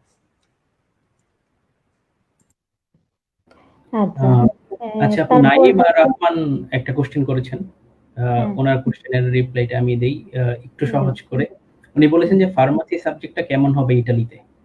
আসলে সাবজেক্ট কেমন হবে অনেকেই আমরা জানি না ইতালিতে উচ্চশিক্ষার ব্যাপারে, এজন্যই তো আমাদের এই প্রোগ্রামটা করা। আমি যদি একটু সহজ করে বলি, আমি কোনো কম্পেয়ার করছি না, শুধু রিয়েলিটিটা বলছি যে আমাদের বাংলাদেশের আমরা জানি যে আমাদের সেরা বিশ্ববিদ্যালয় হচ্ছে ঢাকা বিশ্ববিদ্যালয়। আমরা তো এটা নিয়ে অনেক বেশি প্রাউড ফিল করি, আমাদের সেরা বিশ্ববিদ্যালয়। তো ঢাকা ইউনিভার্সিটির ওয়ার্ল্ড র্যাঙ্কিং হচ্ছে 1000 প্লাস, 1000-এর মতোই। কিন্তু ইটালিতে আপনি এরকম প্রায় 50টার বেশি ইউনিভার্সিটি পাবেন, যেগুলো সবগুলো র্যাঙ্কিং 500-এর মধ্যে। আর আমরা জানি যে 500-এর মধ্যে হলেই সেগুলোকে বলে যে ওয়ার্ল্ড রিনাউন্ড ইউনিভার্সিটি, সবাই চিনে এগুলোকে। তো এরা তো আবার 120 প্লাস, 50 প্লাস, 200-এর মধ্যেও আছে অনেক। তো এরা তো র্যাঙ্কিং আর এমনি এমনি আসে নেই, ওদের কোয়ালিটি দিয়ে আসছে। তো পড়াশোনা আবার অনেক সময় হয় যে পড়াশোনা নিজের কাছেও ভালো ইউনিভার্সিটিতে ভর্তি হয়ে অনেকে ভালো রেজাল্ট করতে পারে না, ঠিক আছে, এই জিনিসগুলো মাথায় রাখতে হবে। তবে হ্যাঁ, পড়াশোনার মান নিয়ে কোনো কোশ্চেন নেই, কারণ ওরা র্যাঙ্কিং এ আছে এই জন্যই, ওদের কোয়ালিটি দিয়েই আছে। নিশ্চয়ই।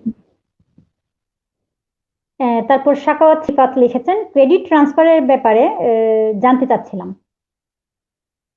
ক্রেডিট ট্রান্সফার তুমি কি বলবে মুস্তাফিজ? ক্রেডিট ট্রান্সফার উনি এখন কোথায় পড়াশোনা করছেন সেটা জানলে ভালো হতো। তবে ক্রেডিট ট্রান্সফারের কোনো এরকম আমি এখনো দেখিনি, বাকিরা বলতে পারবেন যে ক্রেডিট ট্রান্সফার করে আসলে আসা যায় কিনা। কারণ অনেক সময় সাবজেক্ট সরাসরি সাবজেক্ট মিলে না, তারপর হচ্ছে কোর্স কারিকুলাম, ক্রেডিটস সবকিছু ডিপেন্ড করে আসলে। তো আমি এখনো পর্যন্ত কাউকে পাইনি যে ক্রেডিট ট্রান্সফার করে এসেছেন। সোহেল মিয়াজি ভাই কি বলেন? বলতে পারেন। আমি একটু অ্যাড করছি মুস্তাফিজ ভাইয়ের সাথে।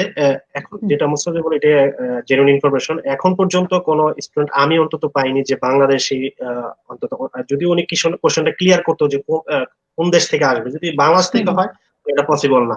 কারণ হচ্ছে এক হচ্ছে সাবজেক্ট, সেকেন্ড হচ্ছে যে আপনার মানে বাংলাদেশে তারা অ্যাপ্রুভই করে না। হ্যাঁ, ইতালি টু ইতালি অ্যাপ্রুভ করে না, এত কঠিন যে জায়গায়। আমি যেমন আমাদের কিছু ভাই ছিল যারা তেস্তে ইউনিভার্সিটি থেকে লা সাপিয়েন্সে আসছে, তাদের মোস্ট অফ দা সাবজেক্টই বাদ করে দিয়েছে, জাস্ট 2-1টা রাখছে।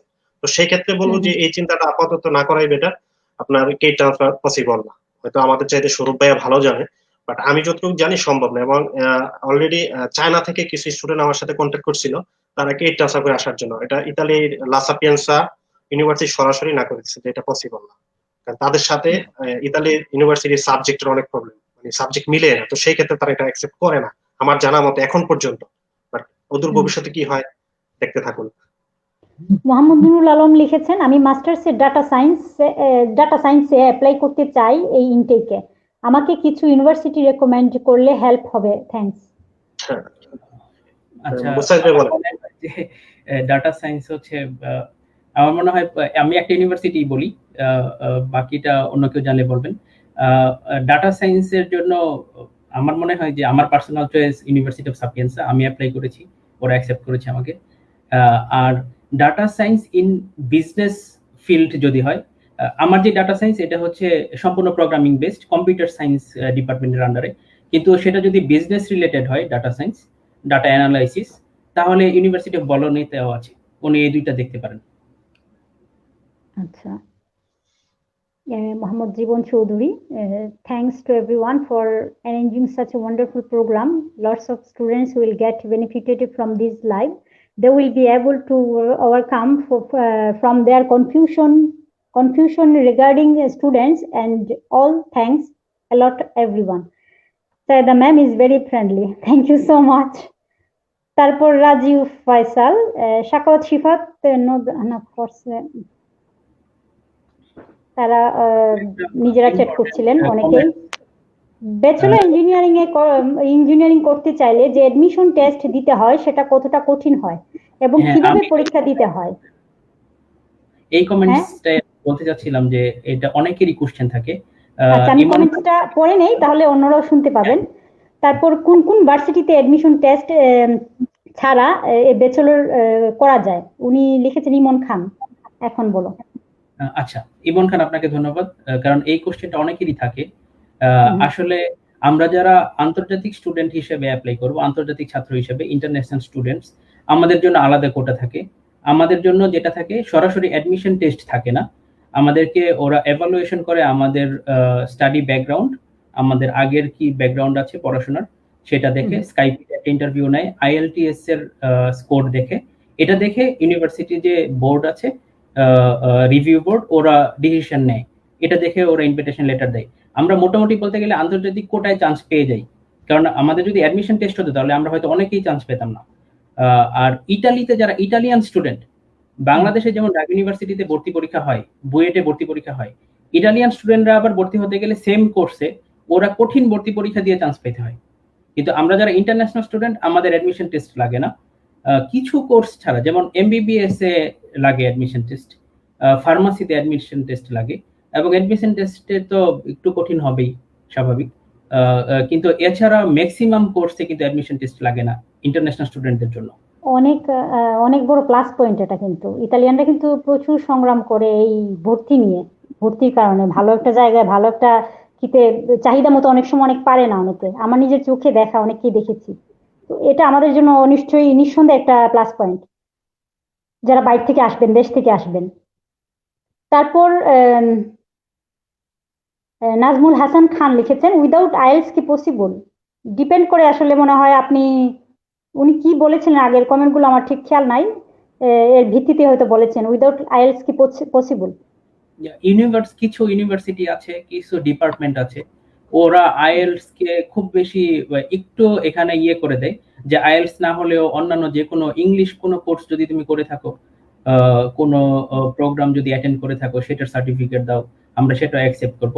কিন্তু সেই ঘুরে ফিরে আসলে সেটাই যেটা প্রফেসর সৌরদাস গুপ্ত বলেছেন এবং সোহেল মিয়াজি ভাই বলেছেন, যে আসলে প্রবলেমটা করে বাংলাদেশে যে ইটালিয়ান এম্বাসি, ওরা স্ট্রিক্ট করে দেয়, ওরা বলে যে না, তোমাদের আইএলস লাগবে, কারণ তোমার আইএলস নাই তাহলে তুমি ইংলিশে তো এক্সপার্ট না, তাহলে তুমি ইন্টারন্যাশনাল স্টুডেন্ট কিভাবে পড়াশোনা করতে যাবে। এটা অনেক সময় অনেক ডিপার্টমেন্ট কিছুটা ইজি করে দিলেও, ইউনিভার্সিটি ইজি করে দিলেও এমবাসি ইজি করে দেয় না, এমবাসি একটু প্রবলেম করে। সারোয়ার আলম দীপু বলেছেন, I study in Politecnico di Torino, Italian, mechanical engineering. What about the future job facilities for this subject? Okay. Mustafiz answer দিবেন না আমি দিব? ওকে, ধন্যবাদ যে ভাই এটা করছেন কোশ্চেনটার জন্য। হ্যাঁ, আপনার যদি মেকানিক্যাল ইঞ্জিনিয়ারিং যে কমপ্লিট করতে পারেন তো সেই ক্ষেত্রে এটা পসিবিলিটি আছে, অবশ্যই ভালো জব। সেই ক্ষেত্রে উদাহরণ হচ্ছে আমাদের পলিটেকনিক দি মিলানো থেকে 2 ভাই পাশ করছে। ওরা অলরেডি একজন একটা সুইজারল্যান্ডের কোম্পানিতে চাকরি করতেছে, আর আরেকটা ভাই করতেছে হচ্ছে আপনার চেক রিপাবলিক, ওই দেশের একটা কোম্পানিতে ওনারা মেকানিক্যাল ইঞ্জিনিয়ারিং হিসাবে একটা সাইটে প্রজেক্টের একটা কাজে ওরা অলরেডি ইনভলভ আছে এবং সরাসরি জব করতেছে। চাইলে আমি ওনাদের ডিসক্রিপশন আপনাদেরকে দিতে পারবো। তো আশা, হ্যাঁ, আপনি যদি অবশ্যই সাকসেসফুলি কমপ্লিট করতে পারেন অবশ্যই আপনার জন্য ভালো ক্যারিয়ার আছে। আমিনুর রহমান অন্তিম, এলএলএম প্রোগ্রামের জন্য ইতালির কোন ইউনিভার্সিটিতে অ্যাপ্লাই করলে বেটার? সেই ক্ষেত্রে এলএলবির জন্য আমি যতটুকু জানি, এলএলএম বলেছেন। এলএলএম, জি আমি বুঝতে পারছি কোশ্চেনটা। সেটার ক্ষেত্রে তরবাগাতা ইউনিভার্সিটি ইজ বেস্ট, কারণ এই জায়গাতে ইউনিভার্সিটি আমার এক কাজিন কমপ্লিট করছে এবং করার সাথে সাথে ভালো জব করতেছে অলরেডি। বাংলাদেশি বংশোদ্ভূত, বাট ইতালিতে বড় হয়েছে ও। ও এই জায়গা থেকে এলএলবি এবং এলএলএম কমপ্লিট করছে তরবাগাতা ইউনিভার্সিটি থেকে। এখন বর্তমানে নিজস্ব চেম্বার নিয়ে ভালো জব করতেছে। ফার্স্টে ইতালিয়ান অ্যাডভোকেট আন্ডার ছিল, পাশাপাশি নিজে সরাসরি আবুকাতো। তো সেই ক্ষেত্রে তরবাগাতা আমি পার্সোনালি তরবাগাতাকে সাজেস্ট করি। কিন্তু সোহেল ভাই, ওনার কোর্স কি ইংলিশে ছিল না ইটালিয়ানে ছিল, এটা জানতে হবে। এটা ছিল ইতালিয়ান। হ্যাঁ, এটাই। কারণ লটা কিন্তু আছে প্রায় সব জায়গাতেই, কিন্তু ইংলিশে আছে কিনা সেটা দেখতে হবে আগে। আচ্ছা, এটা একটা কথা। না, সেই ক্ষেত্রে এই জায়গায় প্রশ্ন হচ্ছে কি, আমি পার্সোনালি লতে এই জায়গায় পড়তে খুব কম লোককে দেখছি। কারণ হচ্ছে আমরা এশিয়ান মানুষরা কিন্তু ব্রিটিশ লতে ফলো করি, আর ইতালিয়ানদের কিন্তু নিজস্ব ল। তো সেই ক্ষেত্রে হয় কি, এই জায়গায় ল যেহেতু উনি পড়তে চাচ্ছে, তো সেই ক্ষেত্রে ওনাকে অবশ্যই আগে একটা ইতালিয়ান ল্যাঙ্গুয়েজের উপরে ডিপ্লোমা করতে হবে, মিনিমাম 1 ইয়ার, যেটাকে আমরা B2 বা B2 বলি, বা লেভেল 2 পর্যন্ত কমপ্লিট করার পর সে এলএলবি তে সে সরাসরি এই জায়গায় অ্যাডমিশন নিতে পারবে, আমি যতটুকু এটার ইনফরমেশন জানি। তো সেক্ষেত্রে মোটামুটি অনেকগুলো ইউনিভার্সিটি এলএলবি এলএলএম আছে, বাট সরাসরি ইংলিশে আমার জানা মতে নেই। হ্যাঁ, কারণ এখানে শুধু ইটালিয়ান লই না, আবার ইউরোপিয়ান ল আছে, একটু কমপ্লিকেটেড ব্যাপারটা। কারণ এই সেক্টরটাতে আমার মনে হয়, আমি জানি না, এটা আমার ব্যক্তিগত অভিমত, আমার মনে হয় ডিমান্ডও কম আছে এই সেক্টরটাতে খুব একটা ভালো অবস্থা নেই যতটুকু আমি দেখেছি। ফিউচার নাই, আমি অনেক ইতালিয়ানদের দেখেছি যারা কমপ্লিট করেও বসে আছে বেকার, তো এরকম আছে। আমার বোন তো যেহেতু ইতালিয়ান ল্যাঙ্গুয়েজ পড়ছে, ওর ক্ষেত্রে অনেক কমপ্লিট। ও বলতেছে ভাইয়া দেখো আমি ইতালিয়ান লতে কমপ্লিট করছি, বাট দেখো কি অবস্থা, আমি যদি আবার ব্রিটিশ ল করতাম আমি পৃথিবীর যে কোনো দেশে এটা মুভ করতে পারতাম। বাট ইতালিয়ান ল হওয়ার কারণে শুধু ইতালিতে তাকে জব খুঁজতে হচ্ছে, বা ইতালির যে কোনো কমার্শিয়ালিস্টে বা বড় যে কোনো সিসিএল বা সিএনজি প্রতিষ্ঠানগুলি আছে, মানে ইমিগ্রেশন নিয়ে কাজ করে। তো সেই ক্ষেত্রে ও বললো যে ভাইয়া ইতালি ছাড়া আমাদের গতি নেই, আমি ব্রিটিশে গেলেও মানে যদি আমি লন্ডনে যাই আমার ফিউচার নাই, বা আমি ইউরোপের অন্যান্য দেশে যাই লাভ নাই, আমাকে শুধু ইতালিতে এটার জন্য প্রায়োরিটি। আমি বললাম দেখো কি হয়। এখন আলহামদুলিল্লাহ ভালো আছে। আচ্ছা, তারপর প্রশ্ন আছে নাইম রহমান, এটা না মনে হয় উত্তর দেওয়া হয়নি। লো সাবজেক্টে সাপিয়েন্সা ইউনিভার্সিটিতে মাস্টার্স করলে কতটুকু ভালো হবে? থ্যাঙ্কস। সরি আপু, বুঝি নাই কোশ্চেনটা, বুঝি নাই। লো সাবজেক্টে সাপিয়েন্সা ইউনিভার্সিটিতে মাস্টার্স করলে কতটুকু লাভ ভালো হবে? কোশ্চেনের অ্যানসার অলরেডি দেওয়া হয়ে গেছে যে ল সাবজেক্টটা এটা হচ্ছে আপনাকে ইতালিয়ান ল্যাঙ্গুয়েজে যদি পড়তে পারেন it's good, but another language যেটা এখন দেওয়া হলো, উত্তর আশা করি পেয়ে গেছেন উনি। তারপর এগুলা প্রাইভেট চ্যাট। এমআর বাবু বলছেন which university will be better for MBA digital marketing? Digital marketing this better is আমার জানা অনিক ভাই বলতে পারবেন ভালো না? অনিক ভাই, জি ধন্যবাদ। আসলে ধন্যবাদ। ডিজিটাল মার্কেটিং এর জন্য তো এখন আমাদের আচ্ছা, তো আমাদের কাফস্কা ইউনিভার্সিটিতে ভেনিসে স্যার যেটা বললেন যে ইকোনমিক্স এর জন্য কাফস্কা অনেক প্রসিদ্ধ একটা ইউনিভার্সিটি আমাদের এই দিকে আর কি, ইতালির মধ্য বা উত্তর এই প্রদেশগুলোর জন্য। তো এই ক্ষেত্রে কাত্তলিকা ইউনিভার্সিটি দেল সাক্রো কুইরে বা ক্যাথলিক ইউনিভার্সিটি অফ মিলান, আমি যেটাতে স্কলারশিপে 2016 এসেছিলাম, সেখানে স্যার তো বলেছেন আগে যে আমাদের মাস্টার্স ইতালিতে 2 ধরনের, একটা হচ্ছে লাউরিয়া ম্যাজিস্ট্রালে, একটা হচ্ছে স্পেশালিস্তা। তো উনি আমাদের যে প্রশ্নকারী উনি যে প্রশ্নটা করেছেন এটার জন্য ইতালিতে কিন্তু মিলানোতে বেশ কয়েকটা ইউনিভার্সিটি রয়েছে এবং খুব ভালো র্যাঙ্কিং এর ইউনিভার্সিটি রয়েছে যেগুলা আপনার ইন্টারন্যাশনাল এমবিএ বা প্রফেশনাল এমবিএ অফার করে, সেক্ষেত্রে ক্যাথলিক ইউনিভার্সিটিও করে, যদিও ক্যাথলিক ইউনিভার্সিটির খরচটা অনেক বেশি। বাট বক্কনি ইউনিভার্সিটি মিলানোতে এবং আরো একটা ইউনিভার্সিটি রয়েছে স্টুডিও দেল্লা মিলানো এরকম, এদের এমবিএ প্রোগ্রাম গুলা খুব ভালো। তো এর পাশাপাশি যদি কেউ নিজস্ব খরচে করতে চায় সেক্ষেত্রে মিলানোর ইউনিভার্সিটি গুলোতে কষ্ট কম রয়েছে। শুধুমাত্র ক্যাথলিক ইউনিভার্সিটিতে যদি স্কলারশিপ কেউ না পায় সেক্ষেত্রে আমাদের জন্য করা অনেক টাফ, কারণ এটা একটা প্রাইভেট ইউনিভার্সিটি কিন্তু অনেক বড় পরিসরের, তাদের খরচ অনেক বেশি। আর Ca' Foscari university of Venice অধুনা রিসেন্টলি তেরেভিজুতে একটা ক্যাম্পাস করেছে, সেখানেও ডিজিটাল ম্যানেজমেন্ট বা এই ধরনের কোর্স গুলো করায় এবং স্যার হয়তো এটার উত্তর আরো ভালো দিতে পারবেন।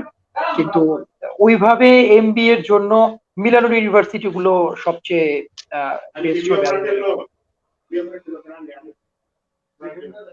আচ্ছা, সারোয়ার আলম দীপু বলেছেন পলিটেকনিকো দি তোরিনোতে ইন্টারন্যাশনাল স্টুডেন্টসদের টেস্ট দিতে হয়, টিআইএল টেস্ট।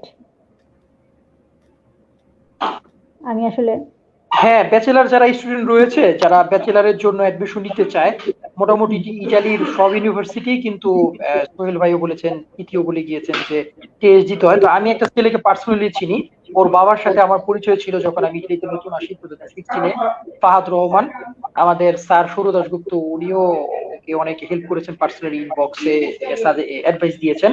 তো ও কিন্তু এবার পলিটেকনিক তোরিনোতে মেকানিক্যাল ইঞ্জিনিয়ারিং অ্যাডমিশন নিয়েছে, তো সেক্ষেত্রে ওকে অ্যাডমিশন টেস্ট দিতে হয়েছে। তো অনেকের ক্ষেত্রে এইবার যেটা হয়েছে সেটা হচ্ছে যে স্কাইপের মাধ্যমে হয়তো টেস্ট হয়েছে, কিন্তু ব্যাচেলারে আসলে টেস্ট দিতে হয়। এই আমাদের এখানে যে কমেন্টস করেছে উনি একটা টেস্টের নাম বলেছে, এই টেস্টও দিতে হয় টিআইএ।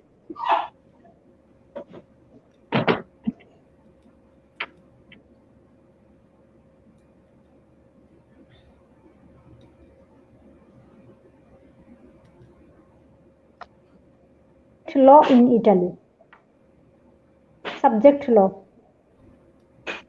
সরি কিছু কি বলতে পারেন? উনি জাস্ট এটুকু লিখেছেন about subject law in Italy. আসলে ক্লিয়ার না প্রশ্নটা আমার কাছে, জানি না। সাবজেক্ট ল ইন ইটালি, তো সাবজেক্ট কিভাবে কি হয় সম্ভবত বুঝতে চেয়েছেন, কিভাবে অ্যালাউ হয় বা কিভাবে কি, যাকে একটু বিস্তারিত ডিটেলস লিখলে ভালো হতো। আমরা আসলে দুঃখিত প্রশ্নের উত্তরটা দিতে পারছি না বলে।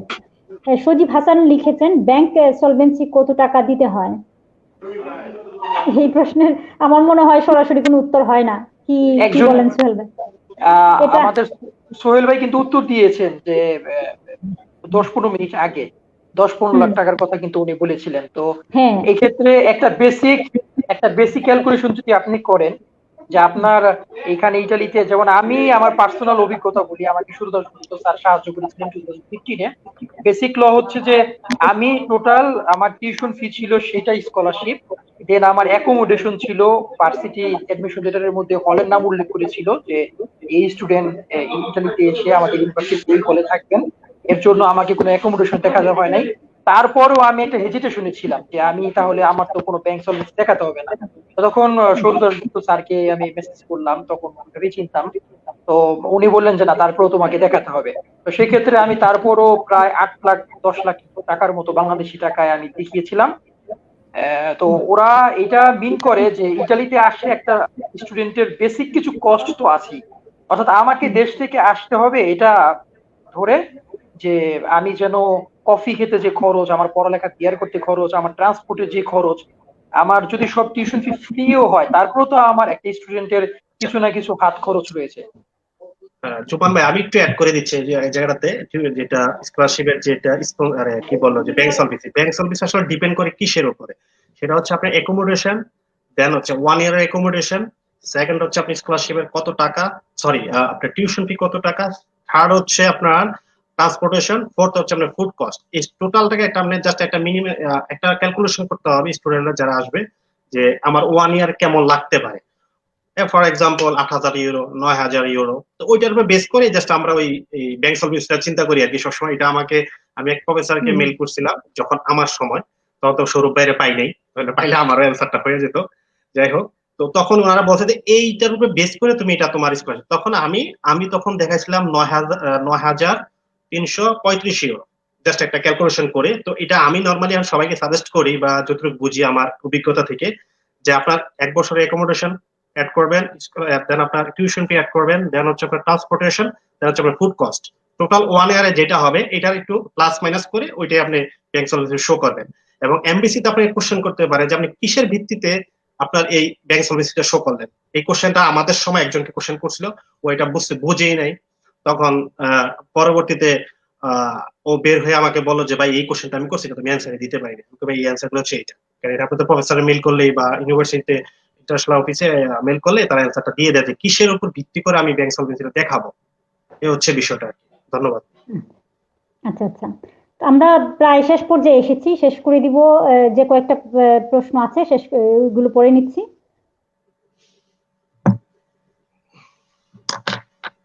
এগুলো আমরা দিয়েছি অলরেডি। এই প্রশ্ন, একই প্রশ্ন অনেকে করছেন, আবার ঘুরে ফিরে হয়তো খেয়াল করেননি বা পরবর্তীতে এসে যুক্ত হয়েছেন। আমি অনুরোধ করব যারা পরবর্তীতে এসে যে মাঝখান থেকে বা শেষ অংশে যুক্ত হয়েছেন, তারা প্রথম থেকে রেকর্ডটি দেখে নিবেন, তাহলে আপনারা অনেক প্রশ্ন উত্তর পেয়ে যাবেন এখানে। কারণ একই প্রশ্ন না হলে রিপিট হচ্ছে, ওটা তো অ্যাপ্লাই আনসার করা সম্ভব হচ্ছে না। তারপর একজন বলছেন রিয়াদ মোহাম্মদ, আমি 2013 মাস্টার্স কমপ্লিট করেছি, এখন কি আমি অ্যাপ্লাই করতে পারবো? সৌরভ ভাই বেটার হয়। হ্যাঁ দাদা। হ্যাঁ, 2013 তে মাস্টার্স করলে এখন আপনার ডিসাইড করতে হবে আপনি সেকেন্ড মাস্টার্স চান না পিএইচডি করতে চান। যেটাই আপনি করতে চান সেটা আপনার জন্য উন্মুক্ত, সমস্যা নেই। আচ্ছা, তারপর শাকাওয়াত সিফাত বলছেন, ফাহাদ রহমান আমাদের এই ব্যাচ মেট দীপু বুঝাতে চেয়েছে ইন্টারন্যাশনাল স্টুডেন্ট যারা ইতালিতে ব্যাচেলরের জন্য পড়াশোনা করতে চায় পলিটেকনিকো দি তোরিনোতে তাদের টিআইএল টেস্ট দিয়ে এনরোল করতে হয়। মেবি কোয়েশ্চন ছিল, এটা কোয়েশ্চন বোঝা যায়নি। হ্যাঁ না, তার একটা এক্সপ্লেনেশন ছিল আর কি, টিআইএল টেস্ট দিয়ে এনরোল করতে হয়, এটা সে আর কি কনফার্ম করলো। আচ্ছা আচ্ছা। তারপর মোহাম্মদ রেজাউল করিম বলছেন, I am student of humanity to have got 2.50 of SSC, so I would like to come Italy. Will I be able to come there? Mohammad Rezaul Karim. উনি শুধু এসএসসির কথা বলেছেন, এইচএসসির কথা বলেন নাই। আপনাকে এইচএসসি শেষ করে তারপরে আসতে হবে এবং আপনি চেষ্টা করেন আপনার এইচএসসি এর রেজাল্টটা আরেকটু ভালো করার, যাতে আপনার মানে স্কোপটা বাড়ে, অপরচুনিটিটা বাড়ে ইতালিতে। এটা আমরা উত্তর অলরেডি দিয়েছি। ইতালিতে টেক্সটাইল ইউনিভার্সিটি গুলো কেমন স্কলারশিপ দেয়, এটা অলরেডি আলাপ হয়েছে। তো নাইম রহমান, আপনি শুরুর দিকের কিটা দেখেন একটু, তাহলে আপনি উত্তর পেয়ে যাবেন ইনশাল্লাহ। নাইম রহমান বলছেন, স্টুডেন্ট ভিসা ইতালিতে আসার পর কি সাথে সাথে পারমিসো দি সুইজোরনো পাওয়া যায়? এটা একটা, জি ধন্যবাদ। আমি কোশ্চেনটা অ্যানসার দিয়ে দিচ্ছি আমার অভিজ্ঞতা থেকে। হ্যাঁ, আপনি আসার ঠিক 8 দিনের ভিতরে আপনাকে দোমান্দা মানে অ্যাপ্লাই করতে হবে পারমিসো দি সৌজন্য, যেটাকে আমরা স্টে পারমিট বলি। সেটা অবশ্যই আপনাকে কিন্তু স্টে পারমিট দিবে হচ্ছে student stay permit, not only permanent stay permit. সেটা সেই ক্ষেত্রে আপনার পড়াশোনা শেষ করার পরে পারমিসো দি সৌজন্য যেটা নরমালি আমরা বলি ওইটা আপনি তখন পাবেন। একটা হচ্ছে কমপ্লিট করার পরে, আর একটা প্রসিডিউর হচ্ছে পড়াশোনা অবস্থায় যেটা আমরা ফ্লুসিস বলি, সেই ফ্লুসিসের আন্ডারে আপনাকে অ্যাপ্লাই করতে হবে কনভার্ট করা বা স্টুডেন্ট থেকে আপনি নরমাল পারমিশন যেটা আমরা লাবর সুবিদিনাত বলি ওইটা করতে পারবেন। তো সেই ক্ষেত্রে বেসিক কোশ্চেন অ্যান্সারটা হচ্ছে আপনি অবশ্যই 8 দিনের ভিতরে আপনাকে অ্যাপ্লাই করতে হবে। এর মধ্যে কি প্রসিডিউরস আছে ইনশাআল্লাহ আমাদের সাথে থাকুন, পরবর্তী প্রোগ্রাম আমরা সবগুলি ইনশাআল্লাহ ক্লিয়ার করে দেব। এখন আমরা আর প্রশ্ন নিতে পারছি না, দুঃখিত। যা আমাদের সময়ের সময়ের চেয়ে অনেক দেরি হয়ে গেছে, সবাই ব্যস্ত, সবাইকে যেতে হবে। আর অবশ্যই কোনো প্রশ্ন যদি থেকে থাকে আমরা চেষ্টা করব এর উত্তর পরবর্তী পর্বে দেওয়ার, অবশ্যই। এবং আমরা আগামী পর্বটি, দ্বিতীয় পর্বটি আশা করছি আগামী রবিবার একই সময় 9:30, বাংলাদেশ সময় 9:30, ইন্ডিয়ান সময় 9টা এবং ইতালীয় সময় 4:30 আমরা আবার আসবো আপনাদের সামনে দ্বিতীয় পর্ব নিয়ে। এবং দ্বিতীয় পর্বে আমরা স্কলারশিপ এবং টিউশন ফি নিয়ে কথা বলবো। এর পরবর্তীতে আসবে পরবর্তী স্টেপ। সাথে থাকুন, দেখতে থাকুন, স্বপ্ন দেখুন, স্বপ্ন বাস্তবায়নের জন্য সঠিক পথ অবলম্বন করুন। ভালো থাকুন, আজকের মতো এখানেই বিদায় নিচ্ছি। আগামী পর্ব দেখার আমন্ত্রণ রইল। শুভরাত্রি। শুভরাত্রি সবাইকে। আল্লাহ হাফেজ। ধন্যবাদ সবাইকে। আল্লাহ হাফেজ।